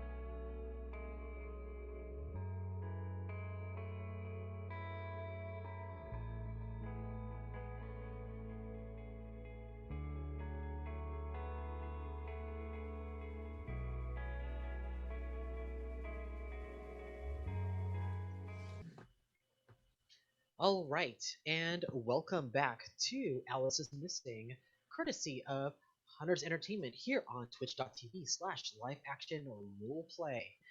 All right, so we're gonna go over the game guide before we begin play, but I also want to point out that we do have a giveaway for a free copy of Alice is Missing on Roll20. So if you type in !raffle, we will raffle and find a winner by the end of today's game. So go ahead and do that. And in the meantime, I'm going to read from the game guide. So for my players, game guide says as follows. Today is Saturday, the first day of winter break. Everybody except for Charlie starts the game knowing Alice was last seen on Wednesday 3 days ago. Players may use parentheses to communicate anything that is out of character during the game. If somebody says something you want removed from the game, you can reply with X or X:content to signify that it's been X carded. It's okay to have moments where nothing happens. Silence can and will occur during the game. When the group chat goes silent, consider initiating private conversations with other characters. Two characters can never be in the same place at once. If they would be, create a reason in the narrative for them to never meet. It's okay if it takes you several minutes to answer your clue card. Try to share it before the next clue card is turned over. If you can't, just convey it at the next opportune moment. Yes. Oh yeah, no problem. Make sure that you tell everyone the information from your clue card. The answer to your clue card will determine the game's narrative, how the game's narrative evolves. After these 90 minutes, we'll be leaving our characters behind forever. Because of this, you'll want to find a way to reveal your secret to at least one other person, if not to the whole group, by the end of the game. You should investigate and speculate based on the clues you receive, but you will not find the information that actually leads you to Alice until you hit a certain clue or a trigger. You won't find Alice's cell phone or car unless you draw a card stating that you found it. Leave the suspect and location cards you reveal face up in their respective decks. If for any reason your character is hurt or killed and can't text for the rest of the game, you can give anyone heading to your location information about what state they find you in using a direct private message. If this comes up in play, the card that triggered it will tell you what to do. And when the timer hits all zeros, players may write in one last in-character message before the game ends. Alright. Um, let's see here. Does anybody have any questions before we begin? I do, but I feel like I can't articulate them right now. I just need to see what happens.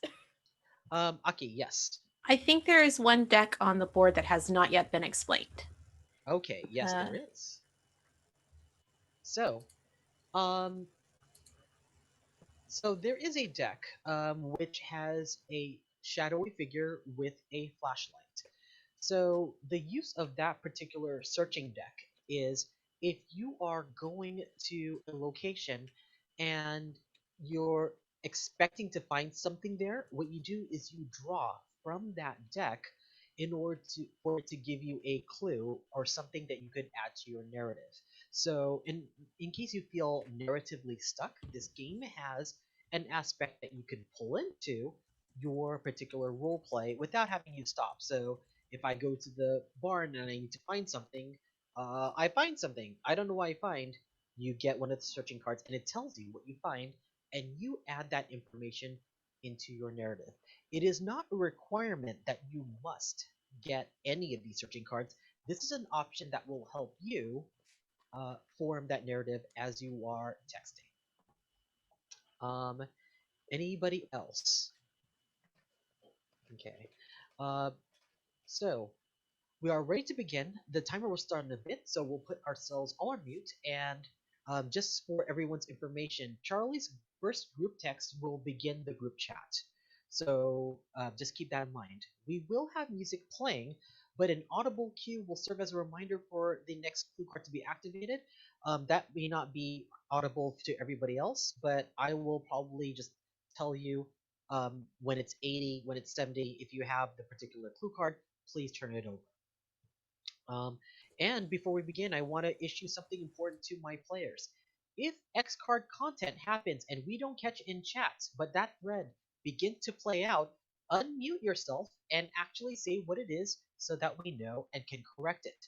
I know this is a show and sometimes we aren't comfortable breaking silence and the game environment, but I, as a facilitator, not only will just give you the permission to, but I encourage you to break the silence because it shows explicitly how these safety mechanics work. At the end of the 90 minutes, again, you have one last message you can type out, and then the voicemails will play and stay on mute until the last voicemail is played out. All right, Jo, are you ready? I have a couple of quick questions. I'm so sorry. That's okay. Have all the location cards been returned to the deck? Let me double check, but all of the location cards should have been returned to the deck by now. Okay. I only asked because it's the only one that's not doing the pop-up to click, drag, or draw. Okay. So, yeah. Thank you for telling me that. Let me try shuffling that and seeing if that will affect things. Is it shuffling? Yes. It should now. Yep, it does it now. Cool. Thank Okay, you. Great. Thank you for letting me know that that was an issue.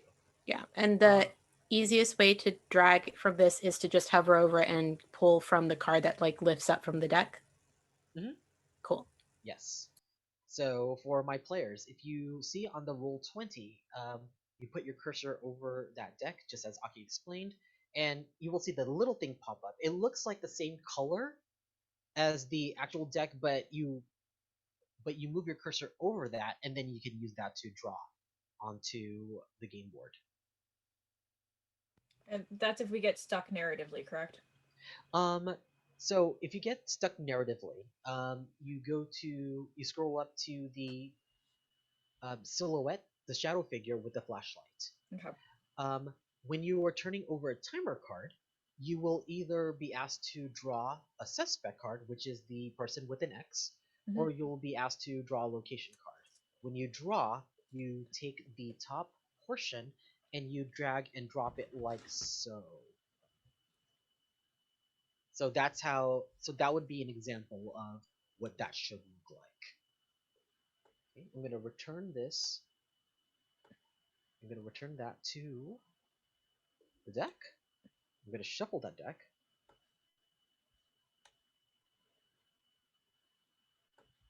All right. Does anybody else have any other questions before we begin? And you can still ask me questions after, like if you're not clear on something. Oh, thank But God. I think we have everything we need to begin. Okay, waiting for Joe's cue.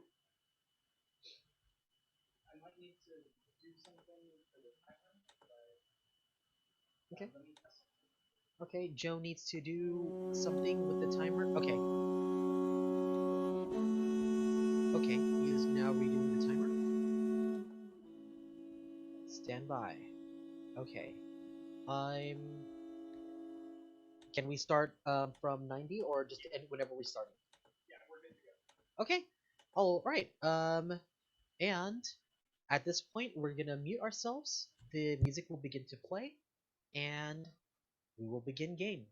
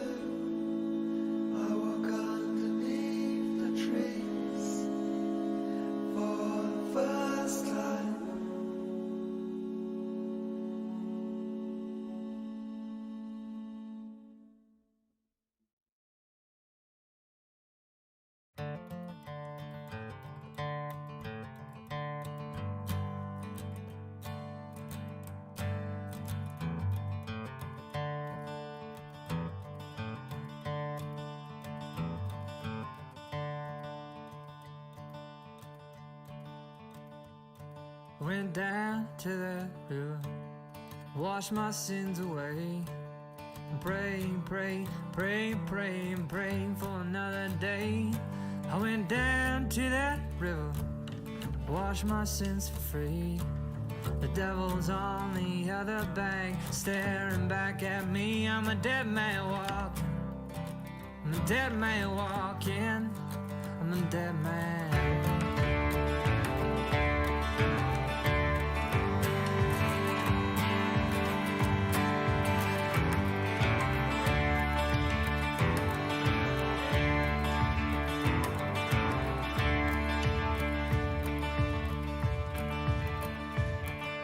Another nail in my coffin, another nail for me. I gotta look pretty when I go down. Another nail in my coffin, can't you spare one more? I gotta look pretty when I'm knocking down heaven's door. I'm a dead man walking.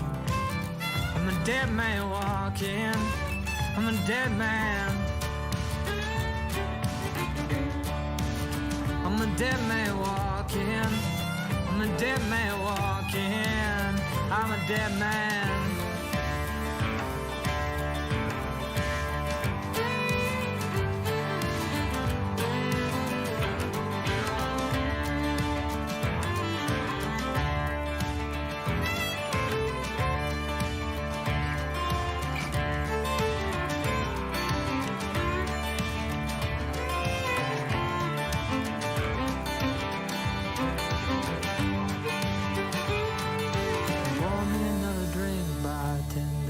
My cigarette. You ever seen a dead man talking? No, you haven't seen one yet. I'm a dead man walking. I'm a dead man walking. I'm a dead man walking. I'm a dead man walking. I'm a dead man.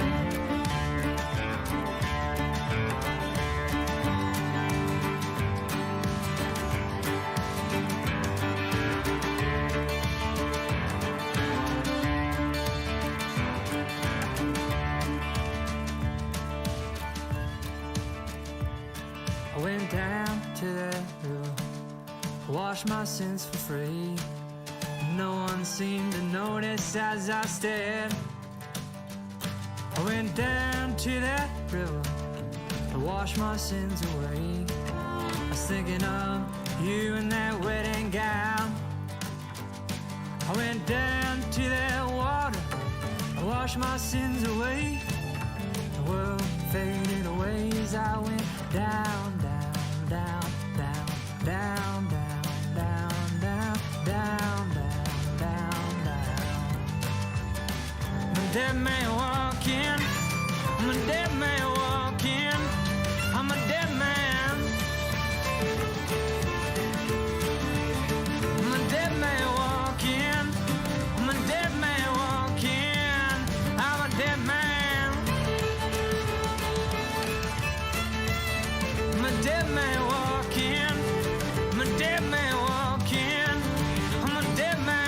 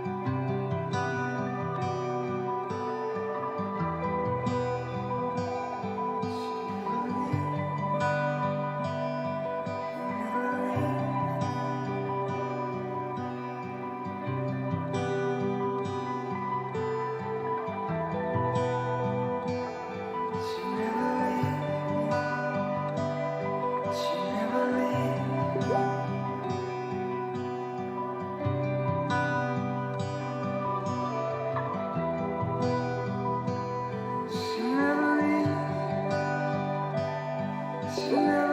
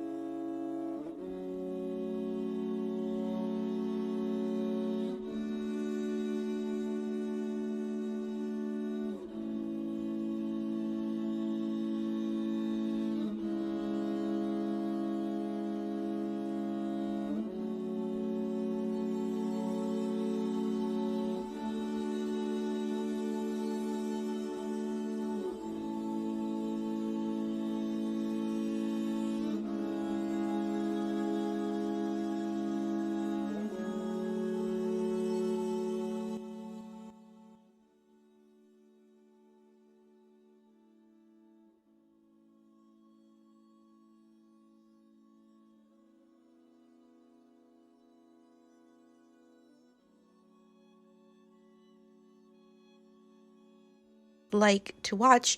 And Hi, Alice. It's me, Evan. There's this movie that I thought looked kind of interesting, that I thought maybe you might like to watch. And I was gonna go and do a midnight viewing on the night of the premiere, and I was thinking it might be nice to go together. Um, if you're interested, I thought it would be nice, because you and I have never really done anything, just the two of us. There's always other people around, but I thought it would be cool, just you and me. Um, Let me know if you want to go, and I'll buy the tickets. Um, I hope you're doing okay. Bye. Hey Alice, it's Charlie. It's been a few days, so I hope everything's okay. I found this really cool Arda wig that makes you look like Sephiroth, the silver that goes all the way down to your butt. So that's kind of cool. I'm looking forward to seeing you and you kicking my ass at Super Smash and humiliating me with Pikachu. I mean, I have my main Mario, so, it's on, but yeah, just get back to me, please, and, yeah, I miss you, so we'll talk soon. Bye. Hey babe, it's me. Wow, it's been a really long day and I just barely got home, but you never called me. When you got home, I'm a little concerned. But I guess you're probably just out practicing lines or playing with foam swords. I don't know.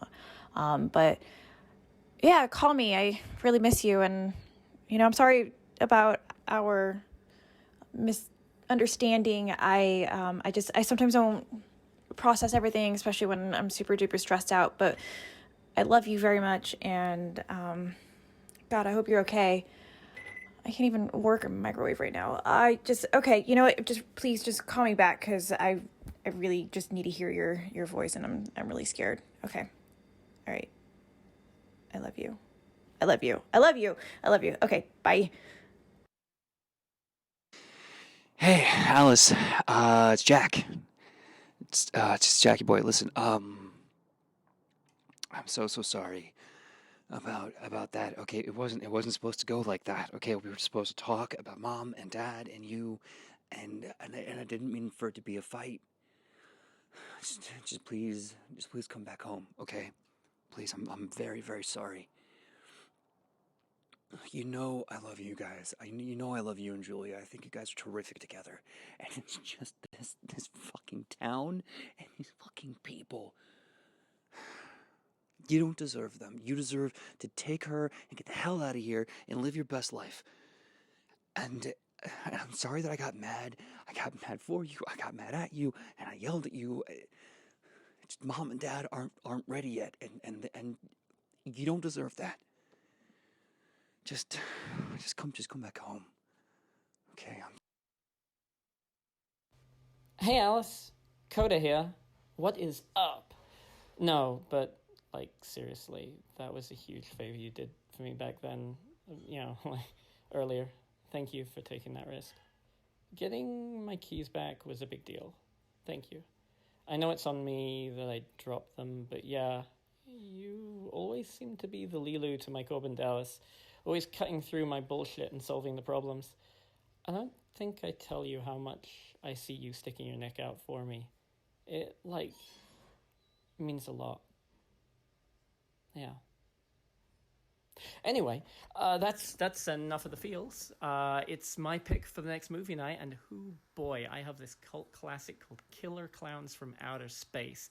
It is a treat. I cannot wait to share it with you. So yeah, hit me back. We'll sort out a time, and you're bringing the popcorn this time.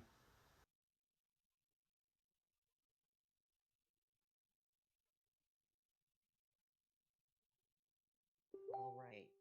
So, before we begin, we're gonna do the debrief.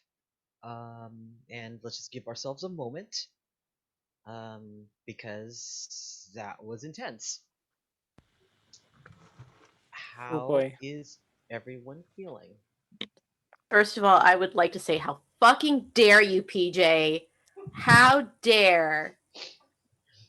I don't know what you're talking about. What are you talking about? No. Also, apologies to the chat. I don't know if it made it, but I wrote this little bit, and I didn't know the right time to put it in there. And if you missed it, it's basically just says Jack has left Silent Falls. So my apologies for not getting that out in time. I didn't want to step on anyone's toes there.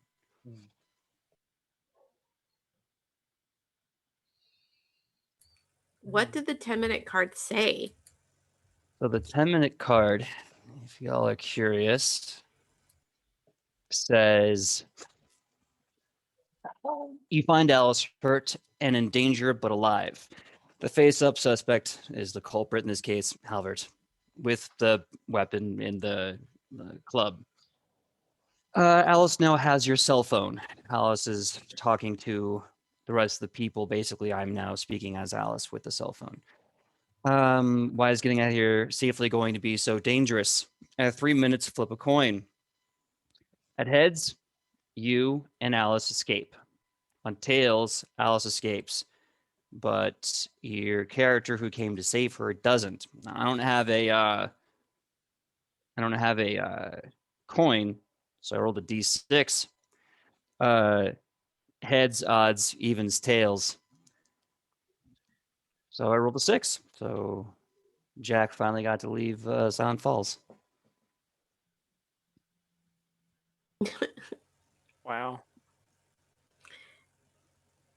Had lots of injuries and deaths.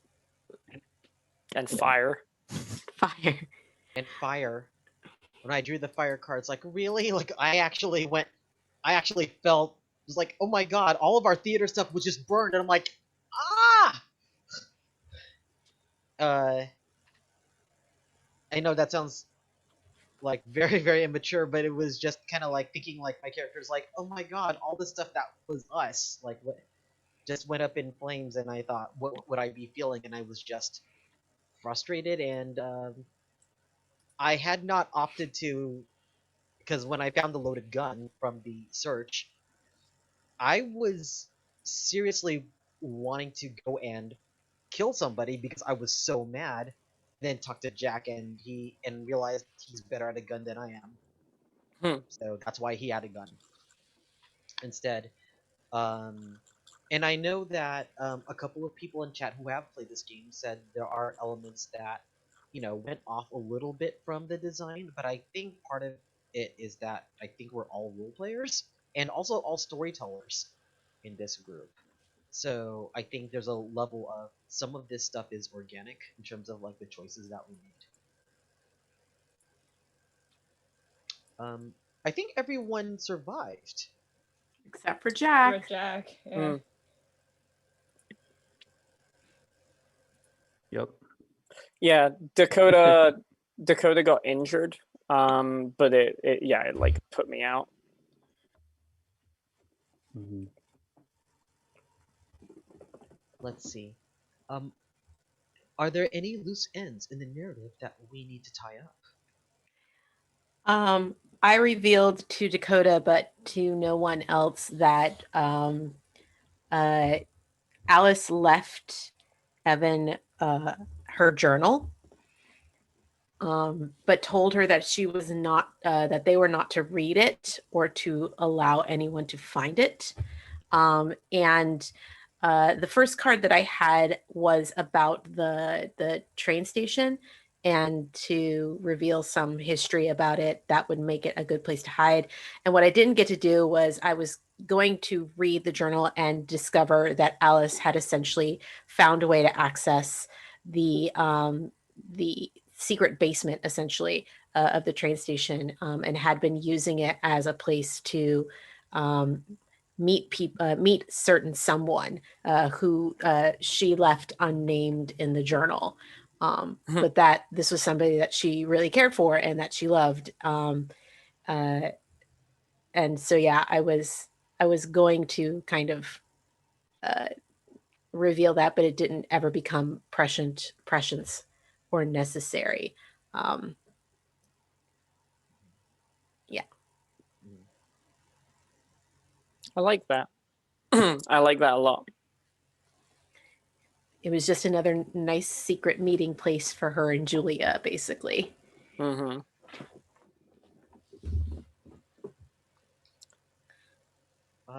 I admit that the reason why I didn't go super deep into like the narrative. I mean, I went and followed a lot of the cards, but I didn't realize being the facilitator is one thing, but being the facilitator and responding to things in chat, responding to things in Zoom, making sure things ran. So was my attention was split like 6 different ways as I was playing the game, even as a facilitator, only because you're a facilitator and also making sure live stream things happen. And even though we have a Joe that's handling tech, I'm also running part of the tech as well.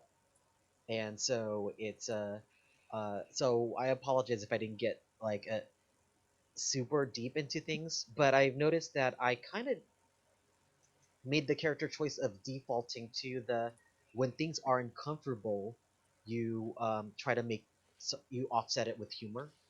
So sometimes a lot of the characters' um, attempts at humor when things are tense are really ill-timed, but that's on purpose.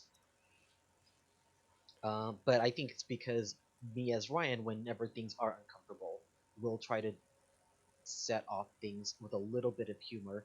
And if not humor, then compassion. And if I can't do either of those things, I get anxious. Yeah, there were a lot of gifs. Every time a gif would come into the chat, Evan would get aggravated because it was like, "This is not the time. It's Yep. not the time." Yeah, and that's Charlie's reaction of comment with a gif because this is how you react to dealing with tension. You'd offset it. So I was kind of secretly hoping that PJ was while PJ was playing Alice would make like some dumb movie quote. Oh, I should have. It's all good. I was so busy like killing Jack. I was couldn't focus. No, not Jack. so killing Jack. This game gets you in the feels really hard, and I really love how it does it. So I've played this game twice this week, and in both games, Jack was either like near fatally injured or fatally injured. Both times, it was Jack. It's an interesting perspective because like now obviously everyone has different stakes and they're all big, right? But at least with my brain, like looking at the secret, which was like we had a huge fight, and that was the last my family and myself saw Alice, puts a lot of weight on Jack. Like, and it didn't help that all my secrets were like, you have to find whoever like made Alice run away. You trust everyone, you love them all, but you need to get Alice back. So now like every part, and kind of speaking as you know, Ryan was saying that like when you get into situations of tension, you have a certain response. When I get into situations of like tension, and you guys probably have seen this at the LARP we go to, my leadership instincts kick in and suddenly I have to take point. Not the best, but it's what I do. So now I have Jack who's got anger issues, shame and guilt issues, huge need to get Alice back in one piece. And now suddenly I got to make sure all you guys get back alive. Oh man, every instinct was at an 11. Wild. I mean, like PJ, yeah, like all of the things kind of coming at you and like the different elements and the cards being drawn and stuff. Like I drew a clue card that could help me in the narrative, and I drew it and immediately forgot about it. So like when I went into the nightclub as Dakota, I was supposed to find a bag full of $10,000. And I totally forgot to mention that. I figured Dakota probably picked it up, looked. That's when he got jumped, and then he dropped it on his way out of there. But yeah, like. Yeah. Oh, not gonna lie, I Keeps had you on a your toes. lot of tech issues between trying to switch screens. So I couldn't even pull any cards because I was lagging so hard on Facebook alone. Oof. So I was just, my whole game was responding to all of y'all, and like what was frustrating is I was trying to respond while things were going fast, and it would take like, I know this is like instant gratification, but it took like 50 seconds to like finally like go in or like show up on the Oof. chat, and I was like, ugh. So I didn't even get to pull any of the cards. I was just making sure that I made it on time with the clues that I had to drop in. Oh, that's another thing. I had to like, and I love conversation juggling, but there are times where I'd be so focused, and then I would like, wait a minute, I should check to see if anyone's talked to me. They've been waiting for 20 minutes. I should respond. Oh my god. Whew, my adrenaline is pumping still. Same. Oh my god. I didn't even get to talk to Ryan. You three talking to you three during the whole group chat. Jesus, Mary and Joseph. Yeah. Yeah. Jack and Evan actually never spoke until that last 10 minutes. Yeah, And I sent one text to him. Mm-hmm. I thought about trying to text you sooner than that because I was like, but what would they talk about? Like there's literally nothing they would have talked about. My dude, big same. I was like, okay, I gotta talk to them. I gotta say something to them. They're the one person we haven't like had a conversation with, and I was like, I don't know what to say. I think that's sometimes that's just how it is. Like if you and Alice didn't have a particularly close relationship with each other, then there's not really any reason why Evan would have had a close relationship with you. Yeah, I mean, like I feel like, and that's when I think of Jack, I think of Jack as a much older brother. Like if Alice is a sophomore, he's either a senior or he's probably already in college and still comes to school because it's a small town and he's got to help Alice or whatever. So like, you know, it's the little sibling syndrome. Like all their friends you kind of loosely know, but you don't really connect with them unless something like stands out. Yeah. So, moving forward, what is one thing from your character you'd like to carry with you? So I know the answer to this one because it was something that I got to play with a little bit, especially towards the end. And it's that Evan has a very deep well of compassion for other people. And it was very evident in their conversation with Julia, who was the person that like she confided in about her relationship with Alice. And instead of like being upset about it, Evan was like, well, anyone who's dating Alice should be allowed to be out and proud about it. And they're, yeah. So instead of like being like, I guess I will never get to be with her kind of, getting in their feelings about it. They instead took pity on the fact that like the two of them were together, but couldn't be like, it had to be a secret and that sucks. So. Good angle. Or Especially like it's an awful angle, but yeah. Yeah. I mean, because I kind of took it, I decided to take the angle that Evan is like the only out person in school right now. So. It was a good angle. It gave a lot to play off of. Kai, what would you like to take? What is something you would like to take? Sorry, my brain. What is something from your character you'd like to carry with you? Oh, are we doing the carry with yous and then we're doing the leave behinds, or? Yes, we are. Okay. I really like how just kind of to a degree like independently what's the right word for it? Decisive. That's what I was wanting. How independently decisive they are. And part of that was, I was kind of holding back, and other people were going to different locations and stuff, and I wanted to see like what was going on there. And then I just kind of was like, okay, I want to move. But yeah, I liked that kind of trait about them. And the ability to just kind of like, how do I put it? I wouldn't say burying the hatchet, but confronting the elephants in the room. Like, there were several times where Dakota like started calling out Julia, both in public chat and like confronting them in private, being like, "What the fuck is going on? Why are you being, why do we not get along?" kind of thing. And I liked that a lot. It wasn't exactly the healthiest thing to do, but it felt very realistic, and I feel that like confronting that kind of stuff, maybe in a more diplomatic manner, is a very healthy way of going about things. Don't let stuff like lie. Let's see, Sin. Oh man, the thing that I want to keep with me. So I guess I kind of want to talk about where I took the character. I don't think you heard this, Ryan, but I had a lot of tech issues trying to switch between everything. So like anytime I was typing, it lagged like about 50 seconds for me.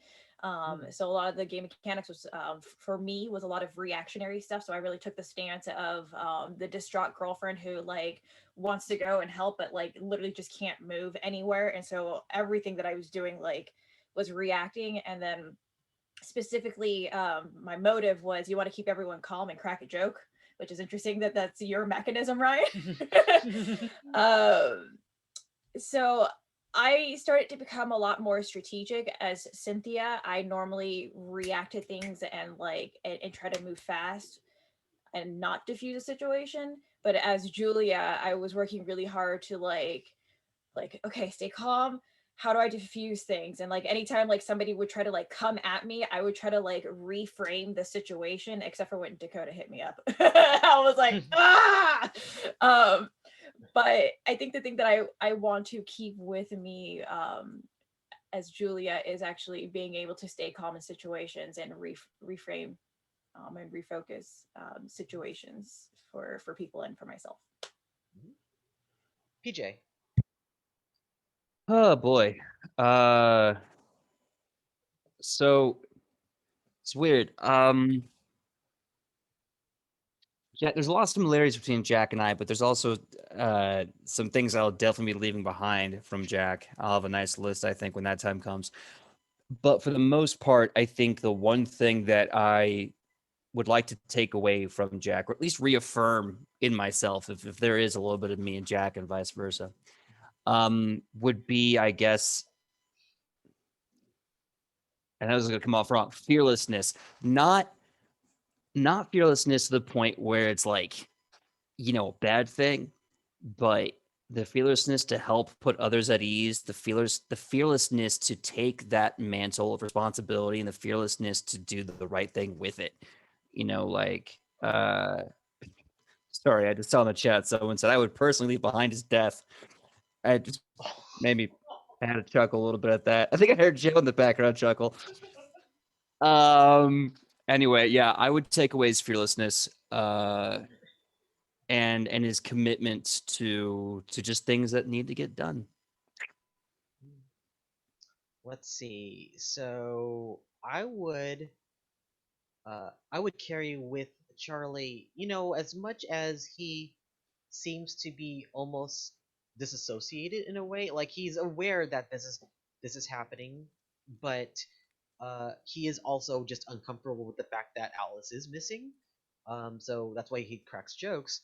But the moment there was an actual problem, like Dakota like needed help, he just dropped everything. It's like, I'm coming. It's like, stay there, focus on 5 things you can see, 5 things you can touch, just giving him things and just saying, I'm arriving in 2 minutes. I am here. And he started to be very, very like he almost suddenly became an EMT at a point when there's actual problems. But when there isn't problems, he just focuses on his nervousness and tries to deflect it off as humor, which I think is the thing that I would leave behind for him. The next question we have in the debrief is, what is something from your character you'd like to leave behind? And I already went with that. So does anybody want to tell us what they'd like to leave behind for the character? Sin. Definitely going to leave behind Julia's fear to be all out and bold. I think that was amazing advice, Aki, that you gave as Evan. I like that hit me in the feels pretty hard, and I was like, I'm going to leave that behind of Julia's and like live boldly. And I guess in concert with that, I would leave behind Evan's slightly hypocritical advice, because they told Julia to be out and proud about who she loves, but never at any point admitted to anyone that they were in love with Alice. Just held on to that secret, partially because it didn't seem appropriate to be like, God damn it, now I'll never have her. But also because, you know, it's one of those things like, well, you know, there's no reason to be out about it, kind of a thing. Being like, yeah, there was some weird hinting that happened, but never an actual declaration. So I'd leave that behind. It's like there's a slightly hypocritical, because this is the thing. The other thing that was sort of hypocritical about them is that they kept telling everybody else to go and do the thing and never actually once got off their butt and did it themselves. So yeah, I remember when Evan was yelling at Chuck about, "Did you touch a gun?" I'm like, well, yeah. Dumbass, why would you touch a gun? It's evidence, yo. Now your fingerprints are all over it. Yeah, but sketchy white van and barn on fire, and I find a loaded gun. I'm not gonna leave it there. Boo. Anybody else who have things that they want to leave behind?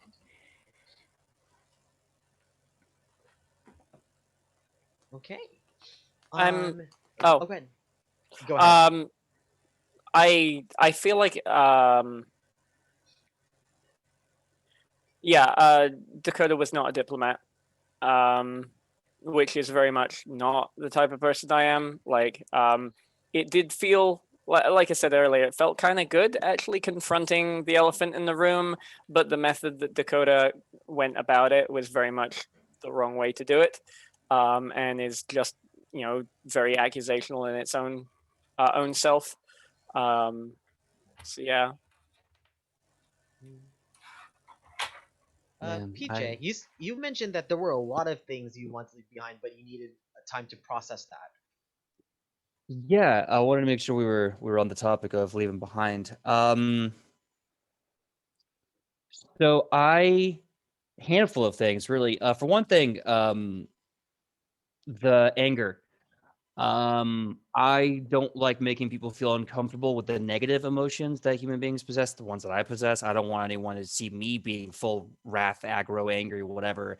And then that puts them in a bad negative emotional state. And I know Jack didn't seem to really care about that. He thought what he was doing was right, and he thought that anger was justified. And maybe it was, but I don't believe that violent nature was really helpful. I don't believe it was clear-headed, and I don't think it was appropriate for everyone that was also suffering with him to be around. So that's something I don't want to take with me is just his rage, his wrath, kind of his offhandedness, is the way like no one really mattered now, except for the people in the game. Also, this is something I personally want to pay attention to with my own self. I don't want to believe that my sacrifice, that my life's only value is to be given up for someone else or given up in general.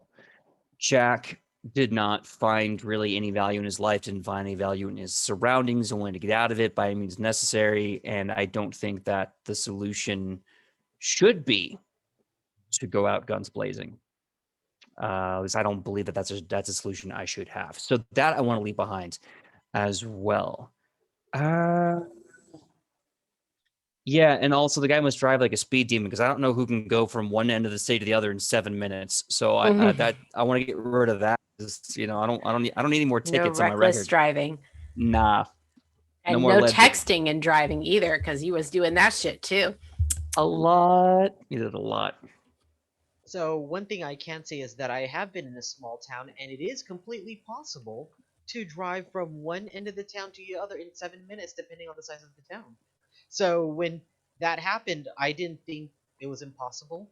Also, I realized that I wanted to, at some point, as Chuck, tell Jack to tone it down, and the only reason why I didn't is because I think I went into my brain of, yep, you can't do that. It's tone policing. That's bad. He's in trauma right now. Let him be angry. So I actually was going to write a thing and then went, no, I can't. And and it was a decision I made. It just didn't happen. I appreciate that. If it makes you feel any better, I'm calling Sin out on this one. You sent me a private message. You're like, Jack, calm down. And I was like, yeah, you're right. Back in the main chat. Yeah, let's do this. So I'm totally. Shit. Yeah, right. Julia definitely was trying to diffuse any little thing that was happening. She's like, okay, everyone, think rationally. You know, be repressive, be repressive. Be repressive. Don't be destructive. Don't be destructive. Don't be destructive. Don't be destructive.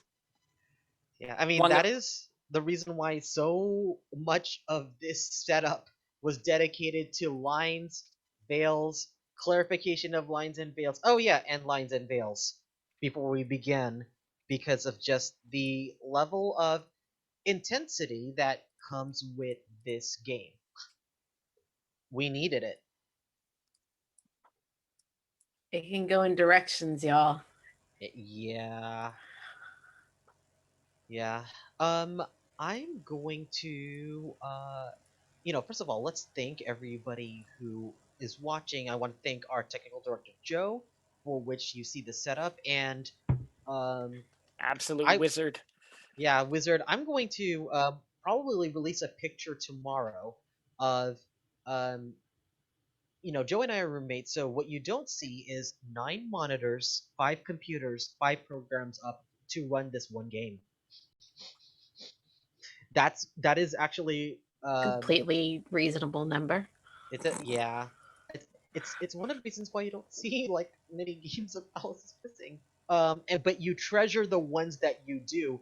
My God, if you do see a game of Alice is Missing, you may not understand the amount of technical detail that is required to run a game, so you need to support them. I swear to God, because it requires a tech wizard like Joe, or like many of the people behind Hundreds Entertainment. Whenever they have their shows, that means there's a tech guru operating to give you the game. In the case of Hunters, it's JB. Yeah, it is JB. Yeah. Speaking of game, didn't we have a raffle? We do have a raffle. So, if you want to enter for a copy of Alice is Missing via Roll20, go ahead and enter !raffle right now, so that we can figure out who gets that lucky copy. And in the meantime, we'll have people outro, and where can they find you on the internet, and plug the things that you can plug, because we made you cry. You get to plug the things. I'm gonna start with Sin.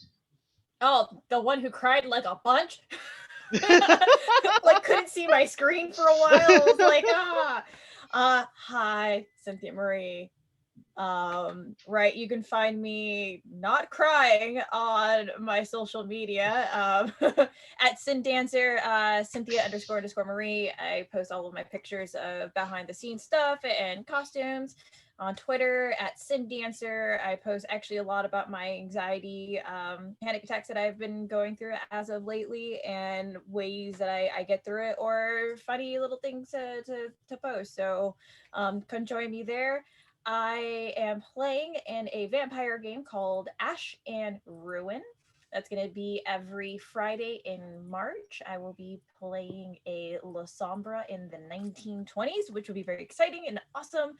I'm going to also be playing in a game called Cyberpunk Red.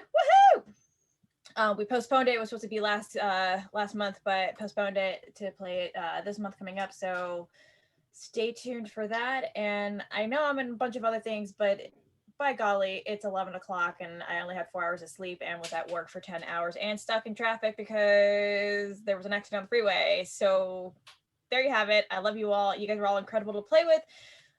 I miss all your beautiful faces and chat. Sleep well.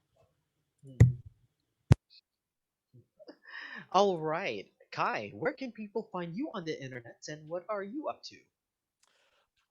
You can find me on Instagram and Twitter on Yokai Props. That is YOKAIPROPS. It is simultaneously my appreciation of certain cultural masks and creatures, and also an awful, awful pun. So another thing that I enjoy thoroughly. And you can thank Ryan for coming up with that name. Later next month in March, we are having Dystopia Rising Northern California is running a virtual game, a virtual LARP. It's basically, we have our own system. It plays sort of like a tabletop game. And it's kind of like a massively multiplayer tabletop game in Discord, and like groups of players go off and fight zombies and other post-apocalyptic goodness. And there's a lot of people who wear cool costumes and video chat while they're playing and stuff. If you feel like checking it out, you should go to dystopiarisingnocal.com. I know that sounds a little silly. It's not Dystopia Rising NorCal, it's NoCal, because someone else had the other website name. They snuck it out from under us before we could actually sign up for it, which I always think is a little funny. But yeah, check that out, or check us out on Facebook. We have a Facebook page and a group, big community, lots of good people. So yeah, if you feel like checking it out, please do. All right, Aki, where can people find you on the internet, and what are you up to? Oh God. Okay. Hi, everybody. I am Aki. You can find me on Twitter and Instagram at Mixed Genie in a Bottle. That's MXGINIINABOTTLE. My entire internet schedule can also be found on my personal Twitch channel, twitch.tv/ShidariAki, SHIDAREAKI. And I'm up to a lot. I've realized that I do a heinous amount of tabletop roleplay streaming, but I'm not mad about it. You can find me here on Live Action Roleplay doing Boardroom Devils. Me, a devil. I play the demon of a invasive thought. It's very, very fun. But I believe our next show is it next week? It is next week. Yes. So the next show is next week. Huzzah! And then of course you can catch me in the season premiere of New Pantheon Academia on Sunday at 4 p.m. PT. We just announced that our new player is Critical Bard, and I'm really excited to have him as part of the show. And then I also recently announced that I have a new show coming up on March 20th. It's a Saturday at 1:30 p.m. With a whole crew of incredibly talented role players called Let's Get Wildmount, where we will be playing in the Critical Role Wildmount setting with Gil the Vlogsmith as our GM. And it's gonna be buck wild. So yeah, if you're interested in ridiculousness, come check that out too. All right, PJ, where can people find you on the internet, and what are you up to? Hey everyone, my name is PJ Megaw. You can find me all over the internet at pj.megaw, Facebook, Instagram, Twitter, and TikTok. Let's have some fun when I'm not here with these awesome friends that I've not seen in way too long. You can find me on my channel, Nat20 Productions, where Tuesdays from 3:30 to 5:30, we do a little talk show about tabletop gaming called At the Table. Sometimes we talk about mechanics, we build stuff along with you guys and discuss things like role-playing stuff. And Wednesdays at 8 p.m. Pacific Standard Time, every Wednesday at 8, we do our own Pathfinder 2nd Edition homebrew show. We just did episode 32, and considering the 2 charities we've did and the 4 episodes for Halloween, we're up like 36 episodes now, you guys. It's been insane. And speaking of charity, March 6th, we have officially put on the record on the schedule the Night Witches of New Jack City one-shot charity for Planned Parenthood, and to also honor International Women's Day. It's going to be a game of all-female elite bombers and fighter pilots defending their city from dragons and other terrible things. So come in, support, celebrate, and have a good time. And hopefully I'll have some stuff for you in May. So until then, hopefully you'll see you guys there. All right, and I am your host, Ryan Omega, and you will find me often here on Life Action Roleplay. I also have a bunch of stuff that I do, so I'll go through them really fast. Mondays at 10 a.m. Pacific, I am the producer for Indicate's um, Iron Game Designer, where we interview a bunch of individual game designers from all over the world who have made either video games, board games, or even board games that you have heard of, and uh, we have a large competition for them to battle it out Iron Chef style at the end of the interview season. And so I'm excited to be producing and coming up with competitions with that. And I work alongside um, Sam Roberts for that. Monday evenings, you can find me on Scabby Rooster playing Total Party Kills, the D&D reverse dungeon crawl, where I play a beholder sorcerer who is madly into who geeks out over games because that's his strategy for dominating the universe. Because if you can conquer a board game, you can conquer the universe. That's a logic. Um, this Tuesday we have Boardroom Devils, which features Aki among several other people, and it's a fun time. And then the following game is Boardroom Angels, which has our lovely Cynthia Marie. But Boardroom Angels is going to be run a little bit differently. If you're familiar with Purgatory Cafe, it's going to be done vignette style, but it's going to have an added twist. The added twist is that instead of a coffee shop, it's going to be run like the comedy series The Office. So it's going to be a little bit, it's going to be a little bit different. But I'm really excited to see what happens when you put that in a work setting. And I actually still have to cast a few people from other departments, so I'm going to be announcing that shortly. Um, the end of that week, or the end of this week, we have Tarot and Talk, our metaphysical show, and we talk about and do a deep dive onto the tarot suit of wands. Earlier, we covered coins and we covered swords, and then we're going to go through the entire series, like just geeking out to symbology. And we also have Point and Clink, a show which is a niche PowerPoint show when we're open for submissions. And the topic is going to be world mythology.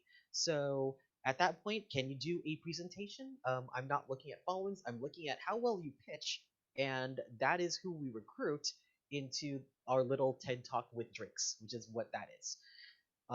There's a we do a lot of stuff here at Life Action Roleplay, so if you like what we do, please follow.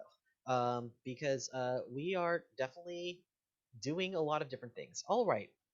Um, all right. I think I have all of my raffle entries.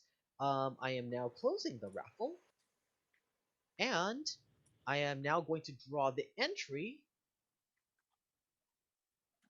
And the winner is J.E. Hunter 80. Congratulations on getting a copy of Alice is Missing, the Roll20 edition. What you can do is please whisper to me to make sure that you get it, and then I will go ahead and give you a code. If you get this later, and can't message me, go ahead and send me a message over at well, I will figure out what's the best way to contact me when I'm not on stream. Actually, just yeah, I would actually say just contact, just give me a whisper and I'll be able to get it.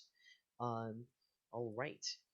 Um, and last but not least, because it's silly that it's a game. Even though we talk about live action. Oh, okay, nice. Yes, J Hunter, please contact me with a private message or a whisper. And so the reason why the name of the Twitch channel is called Live Action Roleplay is because it's named after the flagship show that has Cynthia Marie and Kai Norman and I, where we talk about different discussions about role playing, LARP, um, live stream playing, and some of the topics that involve things like how to play a noble, how to be a charismatic character, how to role play romance with consent, how do we make sure that things are not appropriation versus inspiration. These are some of the actual topics that we've discussed, and you will see some of those things with some amazing guests, like either academics or people who actually are the heads of like companies or people who are very much in the field of role play. So, I believe. Oh, and one other thing. Thank you so much to our subscribers, and especially our Patreon supporters, from which we would not be able to do many of the things that we do. And if you are interested, we do have a Patreon under Life Action Roleplay, so you get to see all the behind the scenes and the notes that go into the development of these things. And sometimes we might even ask for your input onto some of the programming that we have here on this channel. All right. Before we go, we want also keep saying before we go, but I want to thank Spenser Starke, Hunters Entertainment for all of your support. Thank you so much for all of the raiders who have come in. Again, for all the subscribers, to Jo Paloma, to all of the cast. Is there any particular group that we should raid? I personally, on the people that I follow, I don't see any that are online right now. Like everyone has gone to bed. Everyone's gone to bed. Yeah, that is completely fair. That is completely fair. Oh, Spenser! Hey, Spenser is here. Thank you so much for for just like tuning in even for a little bit. We were honored to run your game. And you produced an amazing game. You made people in the audience and you made my players cry. Mm-hmm. Hi, You made my Spenser. I played you Evan made this time. you made my players cry, and thank you. I like making my players cry. As any DM knows, player tears are the fuel that sweetest. fuels us. They Yes. they are delicious. Players. Oh no, not players. Player tears. Never mind. We're not gonna go there. It's Okay. fine. Everything's fine. Nothing to see here. It's fine. It's fine. It's fine. All right. Let's see if I can find someone who we can raid.